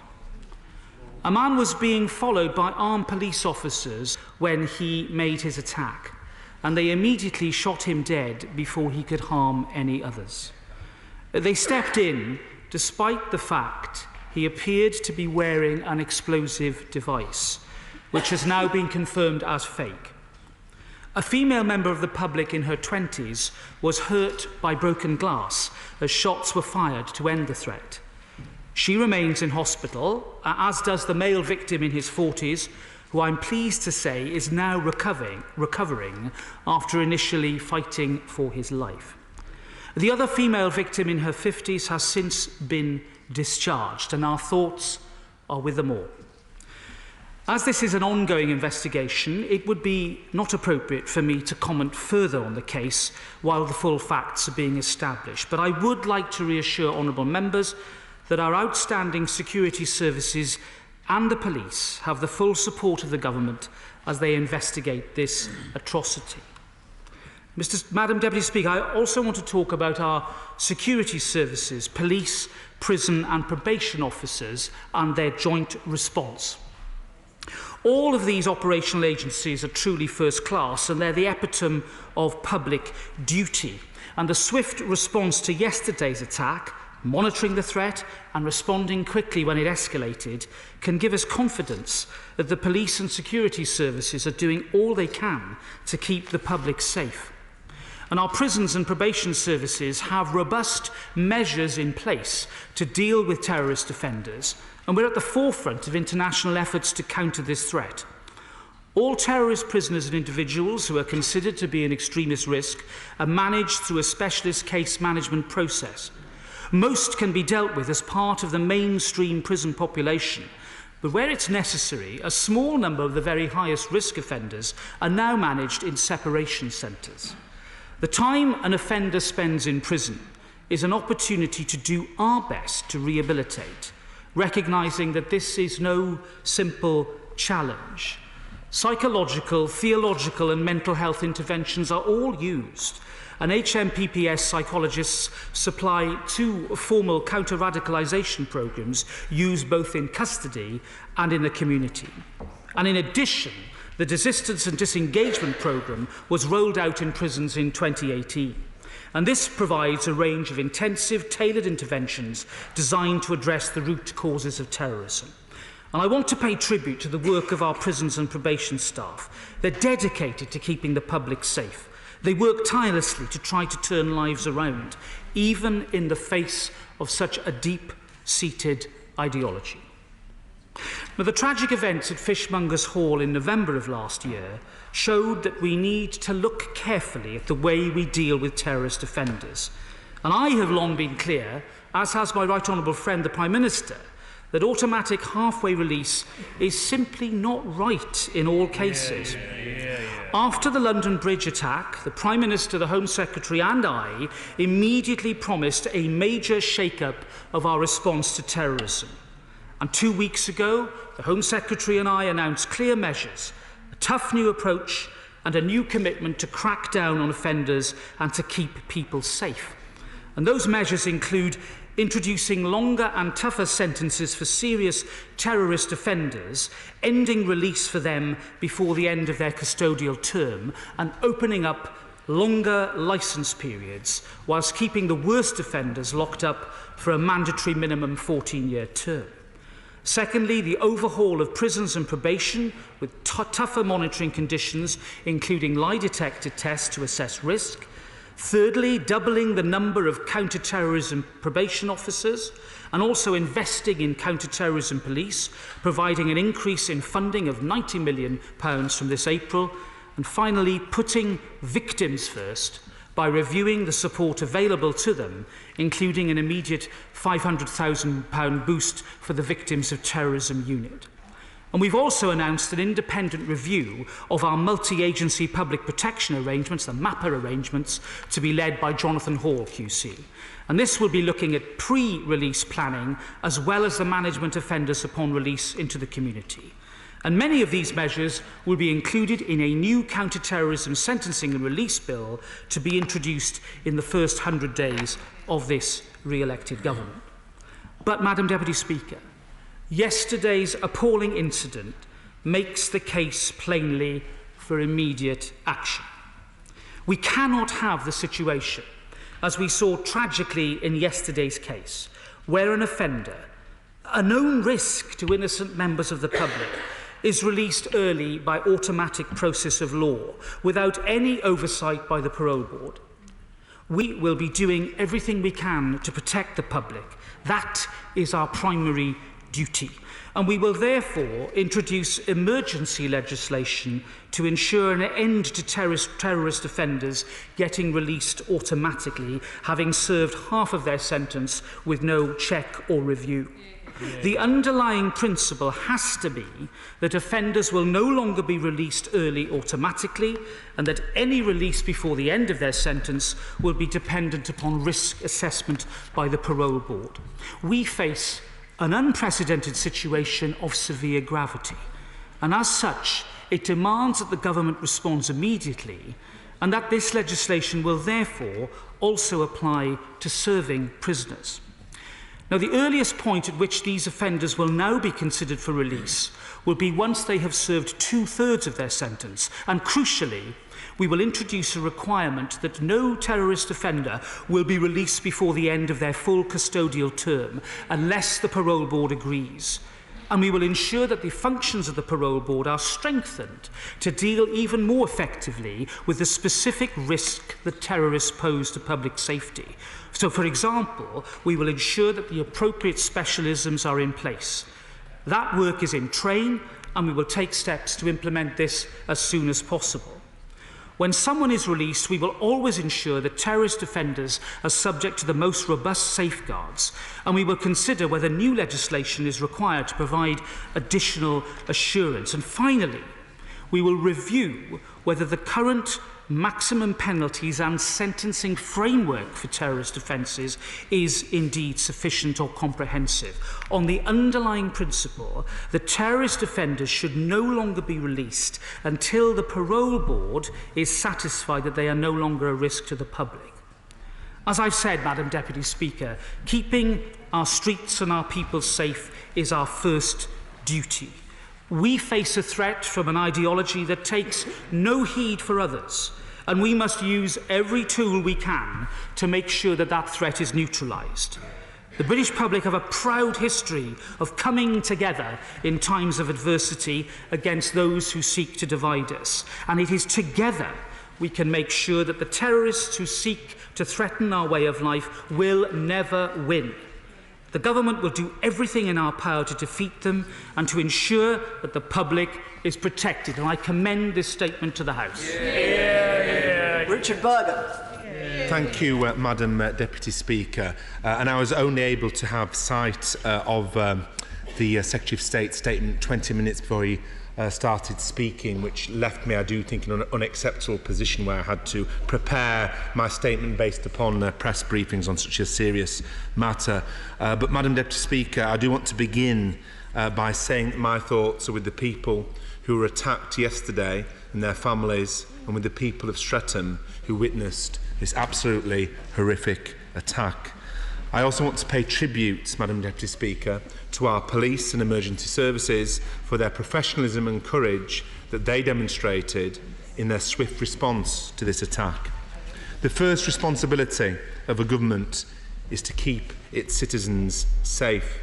Tragically, The cuts that we have seen over the previous decade across our justice system, to the police and to prisons, to probation and to the CPS, have left our communities less safe, which is why our justice system is in a state of crisis. It will of course take time for the full facts around yesterday's terrible attack to come out, and we owe it to those affected to carefully assess what happened and take the action necessary to reduce the risk of similar attacks happening again. Experts, Madam Deputy Speaker, have raised serious concerns about the impact of austerity on the government's programmes for dealing with terrorism offenders. A former CPS Chief Prosecutor for North West England described these programmes today as being largely underfunded and poorly executed. Does the Secretary of State agree with this assessment, and what is being done to address this? Turning to prisons, Madam Deputy Speaker, this is the second such attack carried out by a recently released prisoner in recent months. So how many of the recommendations from the 2016 review into extremism in prisons have been implemented?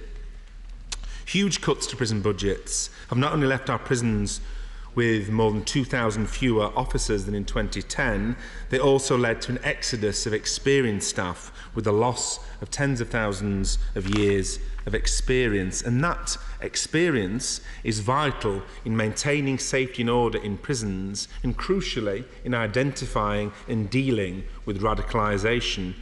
Figures that I obtained last year show the picture in high security prisons is even worse, with over 400 fewer prison officers in high security prisons compared with 2010. So does the Secretary of State believe that those cuts to staffing levels have made it more difficult to monitor people convicted of terror offences in prisons?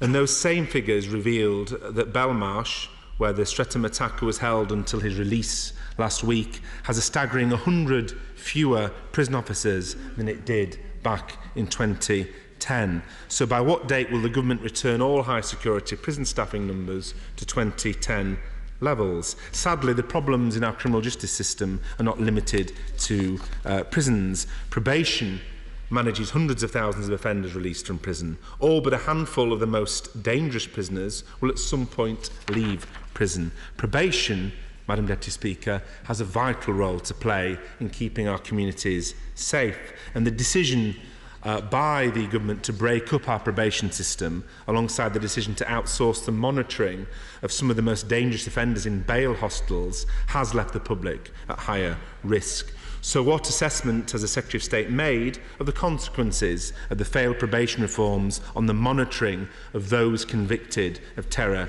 offences? Finally, on sentencing, Madam Deputy Speaker, for the most dangerous offenders, judges can ensure that prisoners are not released halfway through their sentence, that instead they serve a minimum of 2/3 and are only then released if the parole board determines that it is safe to do so. We will look at the proposals that have been referred to in the Secretary of State's statement, because our priority must be to keep the public safe. But to be clear, the government cannot use sentencing as a way of distracting from their record of bringing the criminal justice system to breaking point.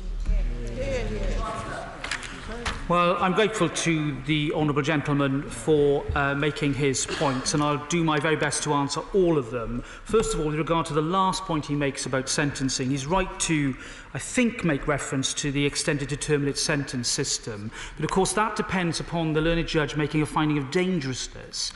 And in this case, in this particular case, that of course was an option open to the court, but the court took the decision not to do that, which is why it was a standard determinate term. So therefore, more needs to be done with regard to the framework to make sure that it doesn't depend on the need to make such a finding, so that we can end automaticity when it comes to early release. And I would very much hope that he and the party opposite would support that approach when it comes to the necessary legislation. Now, he makes observations more generally about the justice system. I would remind him him, of course, that the responsibility for the supervision of serious offenders has always lain with the National Probation Service, which remained within the hands of the state, and I can reassure him that, of course, the reforms that I'm driving forward to probation means that we bring together all the arms of the probation service in a way that I think will lead to a greater coordination, a better spread of casework for probation officers, and indeed an improved purchase upon the regime that needs to be applied. And we are recruiting actively more probation officers. With regard to the Ian Aitchison report, indeed, Mr Aitchison made his report in 2016, and of the 11 consolidated recommendations, 8 of those were adopted, with disagreement on 3 of them. I commend the work that he and others did. Things have moved on considerably since that point, and I think it's right of me to emphasise the joint working here, Madam Deputy Speaker, between the Home Office, my department and indeed the security services, to ensure that we're all working together to monitor not just offenders in the community of this nature, but also terrorist offenders in prison. And indeed other countries are learning from that experience. He's made the general remarks about the justice system, which we do hear from him on a regular basis. I'd simply remind him of the choices that we had to make at the beginning of the last decade, the difficulty that we were placed in, and the fact that we are increasing counter-terrorism funding and indeed bearing down upon the risk that we face. There's never been any question, Madam Deputy Speaker, any time of the Conservative government's period in power, that we have prioritised resources over the need to protect the public. We will continue to put public protection at the centre of our deliberations, irrespective of the cost. Order. It will be obvious that a great many people wish to take part in this statement this afternoon. A statement, I say for the benefit of new members and others, is not an occasion for making a speech, and I must insist on brief questions, and each member has the chance to make one question, not a preamble and then a question, oh, and also, but just one question. Otherwise, we won't get through everyone, and then those who are not called can be angry with those who have been called and taken too long. Sir Robert Neal. Thank you, Madam Deputy Speaker. I welcome the Lord Chancellor's approach to this, because most of us do recognise that the exceptional nature of this threat may require exceptional measures. But can he help us as to precisely which rehabilitation measures the expected perpetrator of this attack was subject to whilst in prison? And will he consider again those remaining aspects of the Aitchison review regarding to a much more assertive management of these particularly complex and dangerous prisoners within the system from the start of their sentence? Well, I'm grateful to my honourable friend, the Chair of the Justice Select Committee. I think it would be perhaps wrong of me to go into specific detail as to the regimen that applied in prison with regard to this offender. May I make this general observation, Madam Deputy Speaker?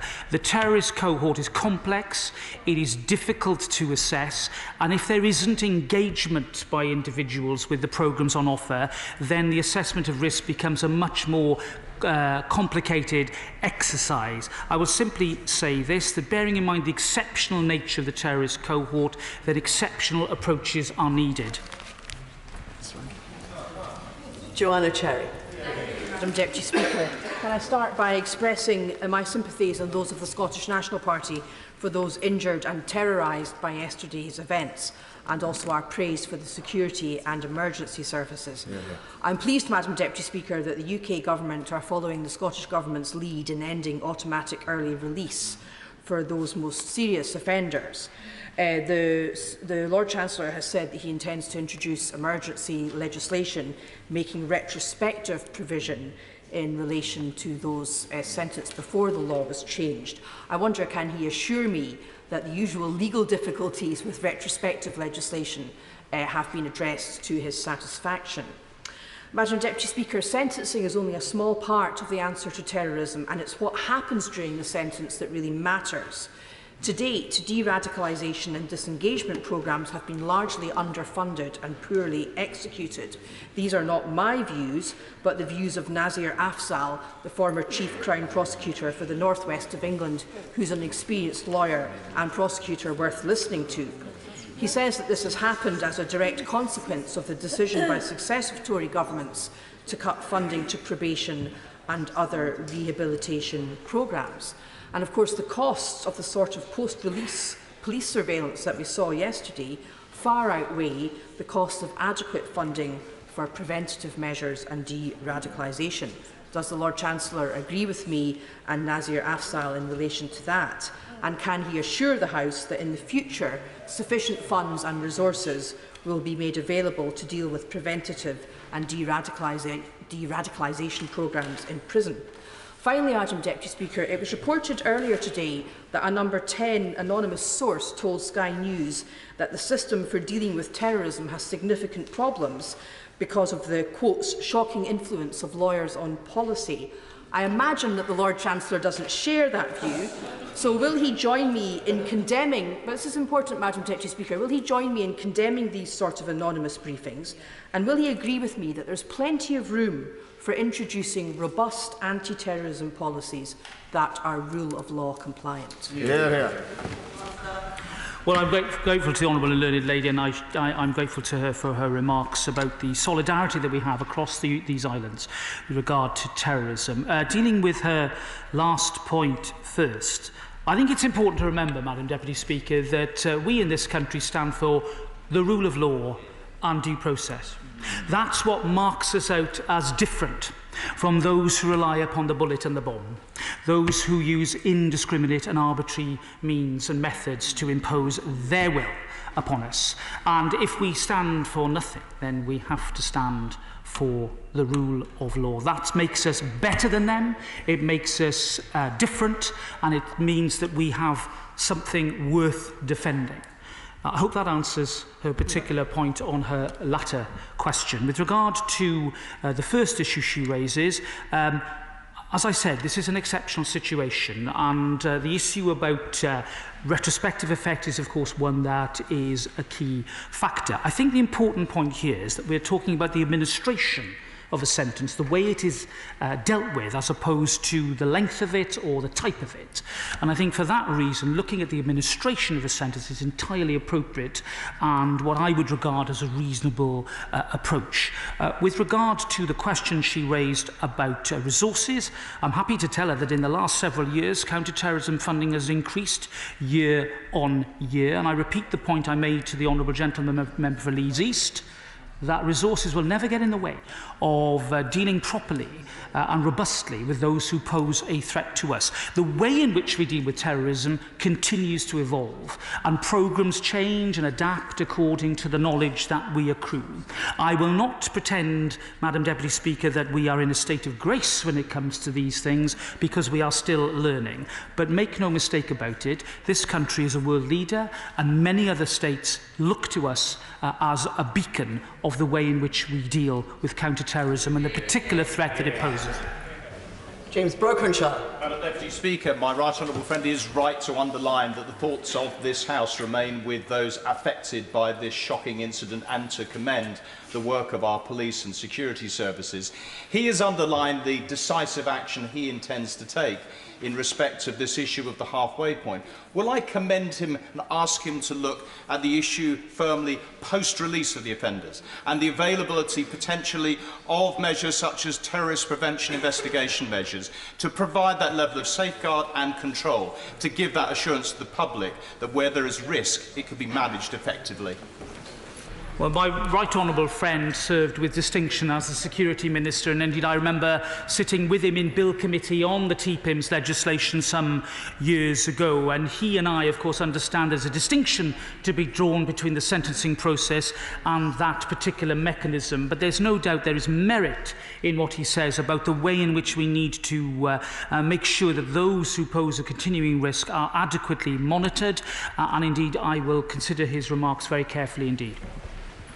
Cooper. I join the Minister in his tribute to the police and security service who work so hard on this, and he is right too to address concerns around sentencing and parole to ensure that dangerous terrorists and extremists who continue to pose a risk to the public are not released early. But he will also know that the problem isn't solved if it's just deferred to the end of the sentence.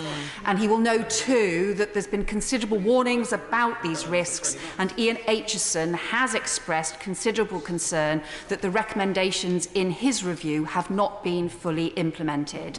Could I ask him what's his assessment of those 69 recommendations that Ian Aitchison made? How many of them have now been implemented?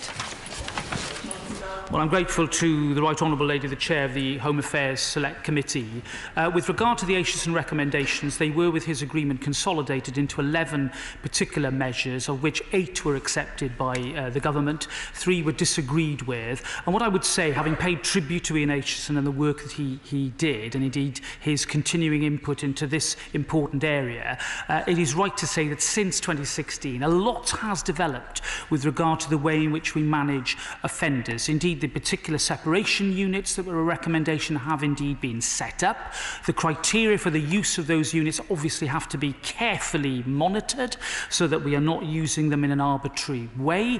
And at the same time, you know, I'm proud of the facilities that I've seen at Belmarsh and Whitemoor, having visited them myself, and I know about the particular criteria that are applied in the separation units and the intensive work that goes on. Now, she and I know that this is a very difficult cohort. There are some who superficially comply and yet harbour their hatreds even beyond release. There are others who are capable of rehabilitation. But I think the watchword has to be, and it's more than just punishment, Madam Deputy Speaker, the watchword has to be public protection. Are we doing everything we can to keep our streets safe? And if we're not, then we need to do more, hence today's statement.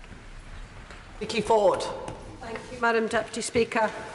My constituent, Liam Taylor, was 19 years old. He and 2 others were stabbed on Friday night. It was not a terrorist attack, but it was a terrible attack, and Liam died at the scene. My thoughts are with his family, and my thanks go to Essex Police. Does my right honourable friend agree with me that when it comes to tackling knife crime, whether committed by a terrorist or otherwise, our police, our prisons and our justice system must have all the resources they need? Well, may I join my honourable friend in her tribute to everybody who did their utmost to try and save a life in what was a terrible, tragic incident in her constituency. It's sadly one that is repeated far too often, and the scourge of knife crime is something that I think all of us in this House will have been touched by. The causes of it are complex. Some of the reasons are ones that we well understand. County lines, exploitation, the use of knives as an enforcement weapon. But there are other reasons as well which we need to understand, which is why I pay tribute to organisations like the Kinsella Trust and all those charities and groups that work so hard to educate young people about the dangers of knife crime. If I hear the phrase, "I carried a knife for my own protection" again, I think I will scream, because in so many cases that I have dealt with, that has been the cause of so much misery and injury and death. Bel Romero-Addy. Madam Deputy Speaker, the people of Streatham, as resilient, as united as they are, remain shaken by what happened yesterday. And we are very grateful to the emergency services for their swift response and the fact that they saved many lives. Now, the Minister says that we are at the forefront of tackling terrorism and that we have robust measures in place. But those measures didn't prevent what happened in my constituency yesterday. And whilst I note what he says about automatic release, I can't fathom, and people of Streatham cannot fathom, a situation in which somebody so dangerous, who has to be under surveillance immediately from leaving prison, is allowed to leave. So I would like to ask, Madam Deputy Speaker, the Minister to assure me and to assure the people in Streatham that there is no circumstance, there is no measure that could have been taken that would have stopped this individual being released from prison. Well, I thank the Honourable Lady, and she's representing her constituents fearlessly and well, if I may say so, and I would like to join her in the tribute to the people of Streatham, who not just experienced the immediate horror, but also the long aftermath of this terrible incident. I can assure her that the law had to apply in this case, the law that had been changed in 2003, the 2003 Criminal Justice Act, which allowed automatic early release, which meant that the parole board wasn't involved. There was no risk assessment as a prerequisite of release, and therefore the automatic element of it meant that the particular situation that she described so well applied. It's something that I do not accept, which is why today I've announced that I'm going to act about it and I'm going to deal with it in the form of emergency legislation, because I want to protect the public, I want to protect the people of Streatham and the people of all our communities in our country. And I thank her for her comments. Robert Halfon. Thank you, Madam Deputy Speaker. I strongly welcome the remarks and his actions of my right honourable friend. But could I just ask him, the root of this lies often in radicalisation at schools, colleges and universities, and I know that we have the PREVENT programme, but what assessment has he made of the PREVENT programme, and are there any plans to strengthen PREVENT in our education system? Well, I'm grateful to my right honourable friend, the Chair of the Education Select Committee, and he will be reassured to know that the PREVENT programme is under constant examination and review. The nature of the particular threat continues to change, and in particular, for example, in this case, and indeed Fishmongers Hall, we see individuals arming themselves with knives in a very random way. That is, I think, a new aspect of behaviour that we need to understand fully. So my short answer to him is, yes, we will continue to redouble our efforts to make sure that we're reaching all those young people who are particularly vulnerable to this type of exploitation and being sucked into extremism and worse. Order. We will have to have much shorter questions and shorter answers. I do appreciate that the Lord Chancellor is explaining some complicated and important matters, but he's explained a lot of them now. So we need short answers, short questions and short answers. Otherwise, most people won't have a chance at all. Excuse me. Dame Diana Johnson. Thank you, Madam Deputy Speaker. With number 10 briefing about some of the terrible decisions that have been taken over the last 15 years in terms of counter-terrorism policy, I wonder, does the Lord Chancellor believe that the introduction of the TPIMS regime, which weakened the control order regime that was in place, was one of those terrible decisions? Well, the Honourable Lady will remember the legal morass that we got into over control orders. It was not a happy experience. They were facing constant challenge in the courts. Their effectiveness was being undermined, I'm afraid, and it was essential that we took measures to make sure that we had a regime that could be invulnerable to such challenge and that would actually be sustainable. That's why the changes were made. I think, to be fair to her, I think she's somewhat misrepresenting the position, if I may say so. Madam Speaker, when might we see the emergency legislation of which she speaks? Well, I'm not going to start prejudging what the business managers might have in mind, or indeed the allocation of time within this House, but as soon as possible. Meg Hillier. Madam Deputy Speaker, in reply to my honourable friend, the member for Streatham, the Minister said that he will be looking at further legislation, but she hit the nail on the head. This man was released from a prison and immediately followed by armed police. He seems to have ruled out control orders. So what's going to be in this emergency legislation that means that this can't happen again? If he was that dangerous, why was he let out? No, the Honourable Lady, the Chair of the Public Accounts Committee, I don't know whether she didn't hear what I said, but the purpose of the emergency legislation is to end automatic early release at halfway, and that will apply to serving prisoners. That's why I want to do emergency legislation. It will be brought in as soon as possible, and that ends the automaticity element, which was the reason why this individual who posed a risk was released. There was nothing more that we could do because the law as passed by the previous Labour government was what we had to apply. That is what we're going to be doing, and I'm more than happy to explain it to her further later on. Julian Lewis. How seriously should we take the recent report that one of Lee Rigby's killers claims to be a reformed character? Well, I haven't seen that report. What I will say is this, that it is a matter for those responsible for the assessment of risk within the custodial estate to look at the evidence, to professionally assess it, and to understand that particularly unique risks that the terrorist cohort pose. I think the thrust of the honourable friend's question was precisely on that point, and it is well understood. Well, I welcome his plans for temporary emergency legislation, but surely he was aware of this problem as early as last October, and why didn't he incorporate it in the draft early release order that we debated only 6 days ago? Well, I'd say this to the honourable gentleman. I mean, he obviously would advocate a council of perfection. What I am doing is dealing with serious violent and sexual offenders, some of whom... No, I'm sorry, I won't accept that, because a lot of these offenders are covered. A lot of the offenders who commit terrorist-related offences are indeed covered by the statutory instrument that was passed last week. What we are doing now is dealing with all terrorists and terrorist-related offenders.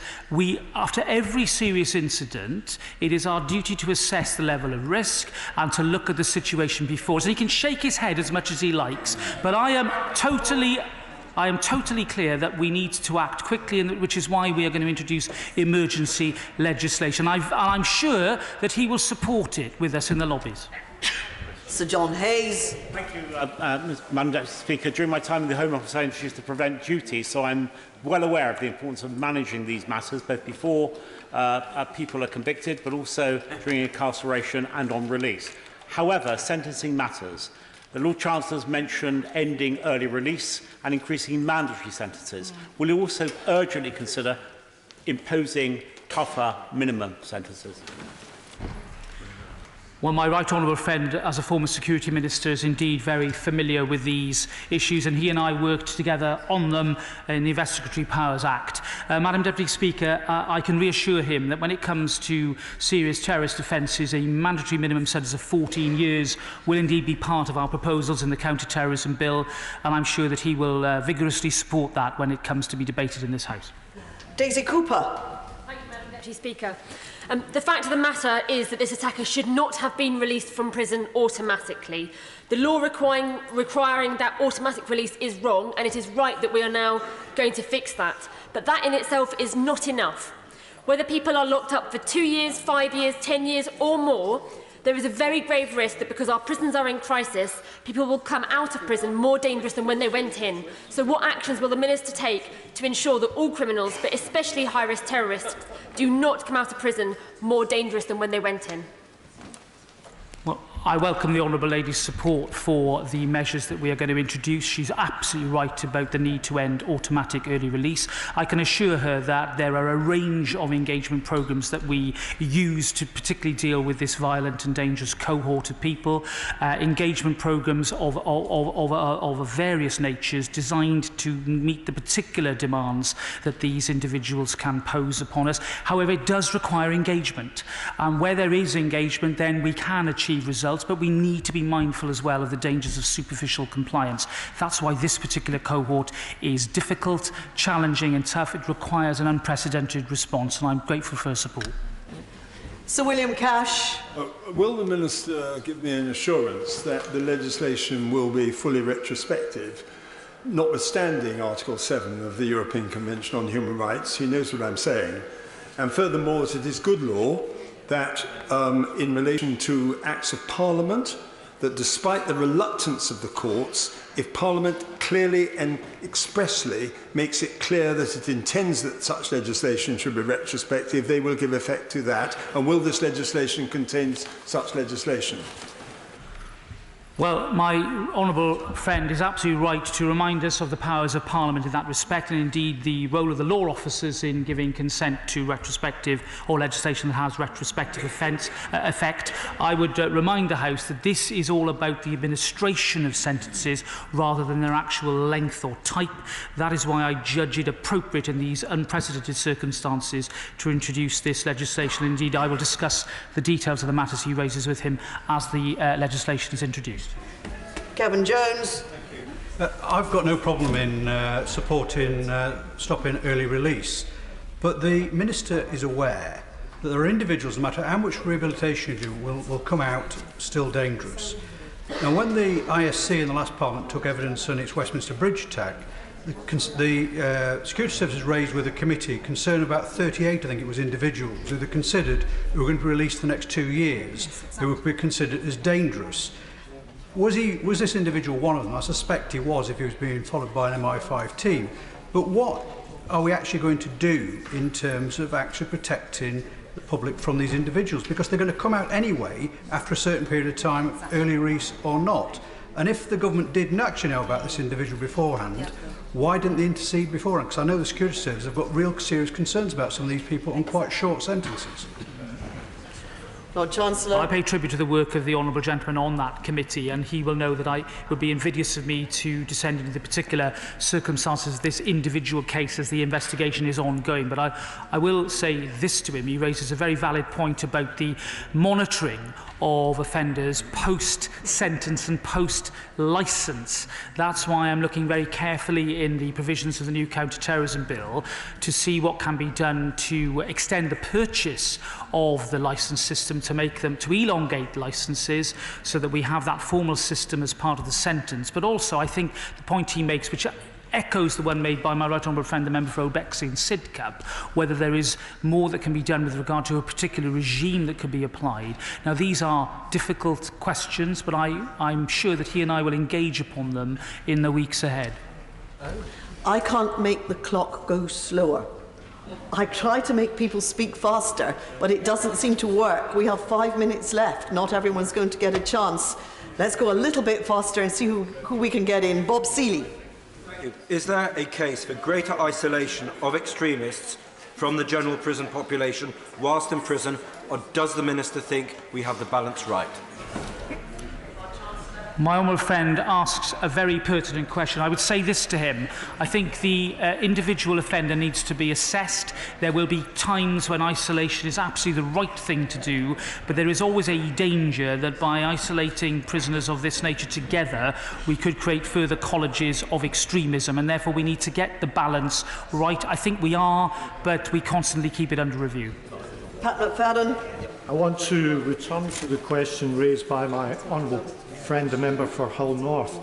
Does the Minister not accept that it was a mistake to weaken the control order regime and replace it with a weaker system of supervision? A decision taken not through judicial necessity, but through a political deal between the Conservative Party and the Liberal Democrats.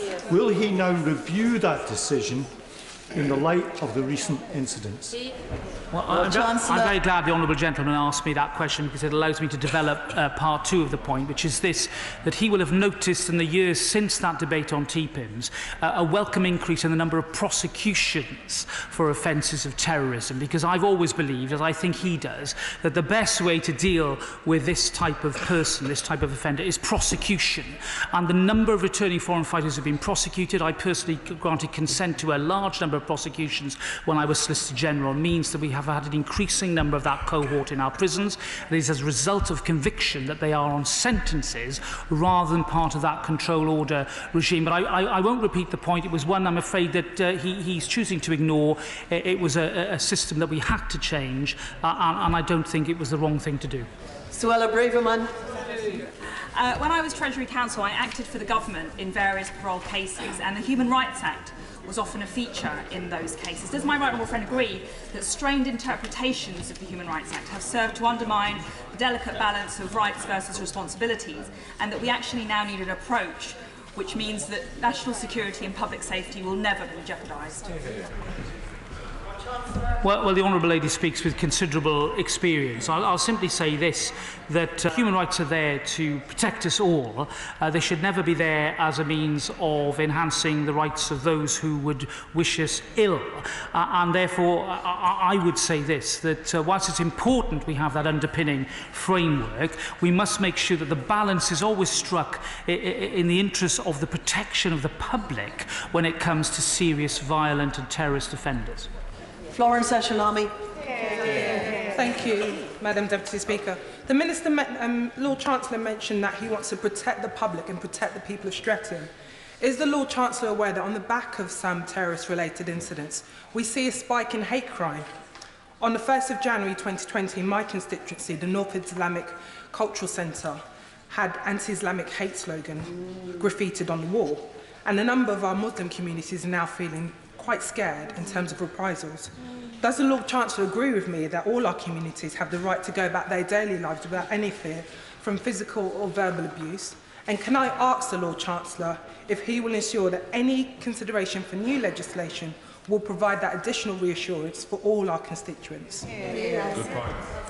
I think the Honourable Lady raises a pertinent point, because it allows me to remind the House that we're not just dealing with so-called Islamic terrorism, we're dealing with far-right terrorism as well. About a sixth of the cohort in our prisons are far-right extremists, and that is a problem that we readily acknowledge. We must face up to it, and we must be honest about it. And I absolutely condemn attacks on mosques or places of worship to do with that great religion, because hate crime has no place in our society, and I will continue in my current role, as I did as a law officer, to do all I can to promote the need to stamp out hate crime in all its insidious forms. Alicia Cairns. Madam Deputy Speaker, radicalisation doesn't end at the end of a prison sentence, so will the Lord Chancellor commit to working for better cooperation between MAPA and Prevent coordinators, because this will help minimise the risk of convicted terrorists to all of our communities? Lord Chancellor. Well, my honourable friend will be glad to know that as a part of our measures announced several weeks ago, a review of the MAPA provisions has been announced. It will be led by Jonathan Hall, Queen's Counsel, and indeed one of the very issues that will be looked at is the matter that she raises, and I'm grateful to her. Order. I'm very sorry. I can see in a moment, I can see that there are senior members over here who have not been called, and I apologise. And likewise, there are large numbers of people over here. But when I say at the beginning, when Mr. Speaker says, making it very clear that statements will take 45 minutes, and when I point out that if we're going to give everyone a chance, that questions and answers have to be short, nobody pays any attention. So this, I'm afraid, is what happens. They have to be short, or not everyone gets in. But I will assure people that if you haven't got in this time, you'll be at the top of the list next time, as were the people who were not called on the last statement, who were called on this statement. Point of order, Tracy Brabin. Thank you, Madam Deputy Speaker. I'm seeking your advice on an urgent and important matter.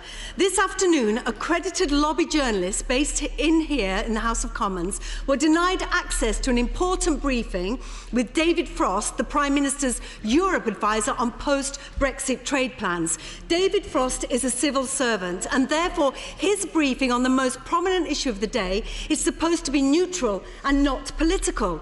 Post-Brexit trade plans is an issue of great public concern, and access to a high-level briefing should not be handpicked by government political advisers. The exclusion of some publications led to every major national broadcaster and newspaper walking out. Now, Madam Deputy Speaker, I know that all members of this House will agree that lobby journalists' access to government is vital for a functioning and healthy democracy, and this latest deterioration in relations between the government and the lobby is deeply concerning. Members are also aware of your commitment to improving the culture in this place, and pass-holding lobby journalists are part of our community. Therefore, Madam Deputy Speaker, what advice can you offer me as to how members might be able to formally raise this issue with the government and ensure that this does not become commonplace? Well, I thank the Honourable Lady for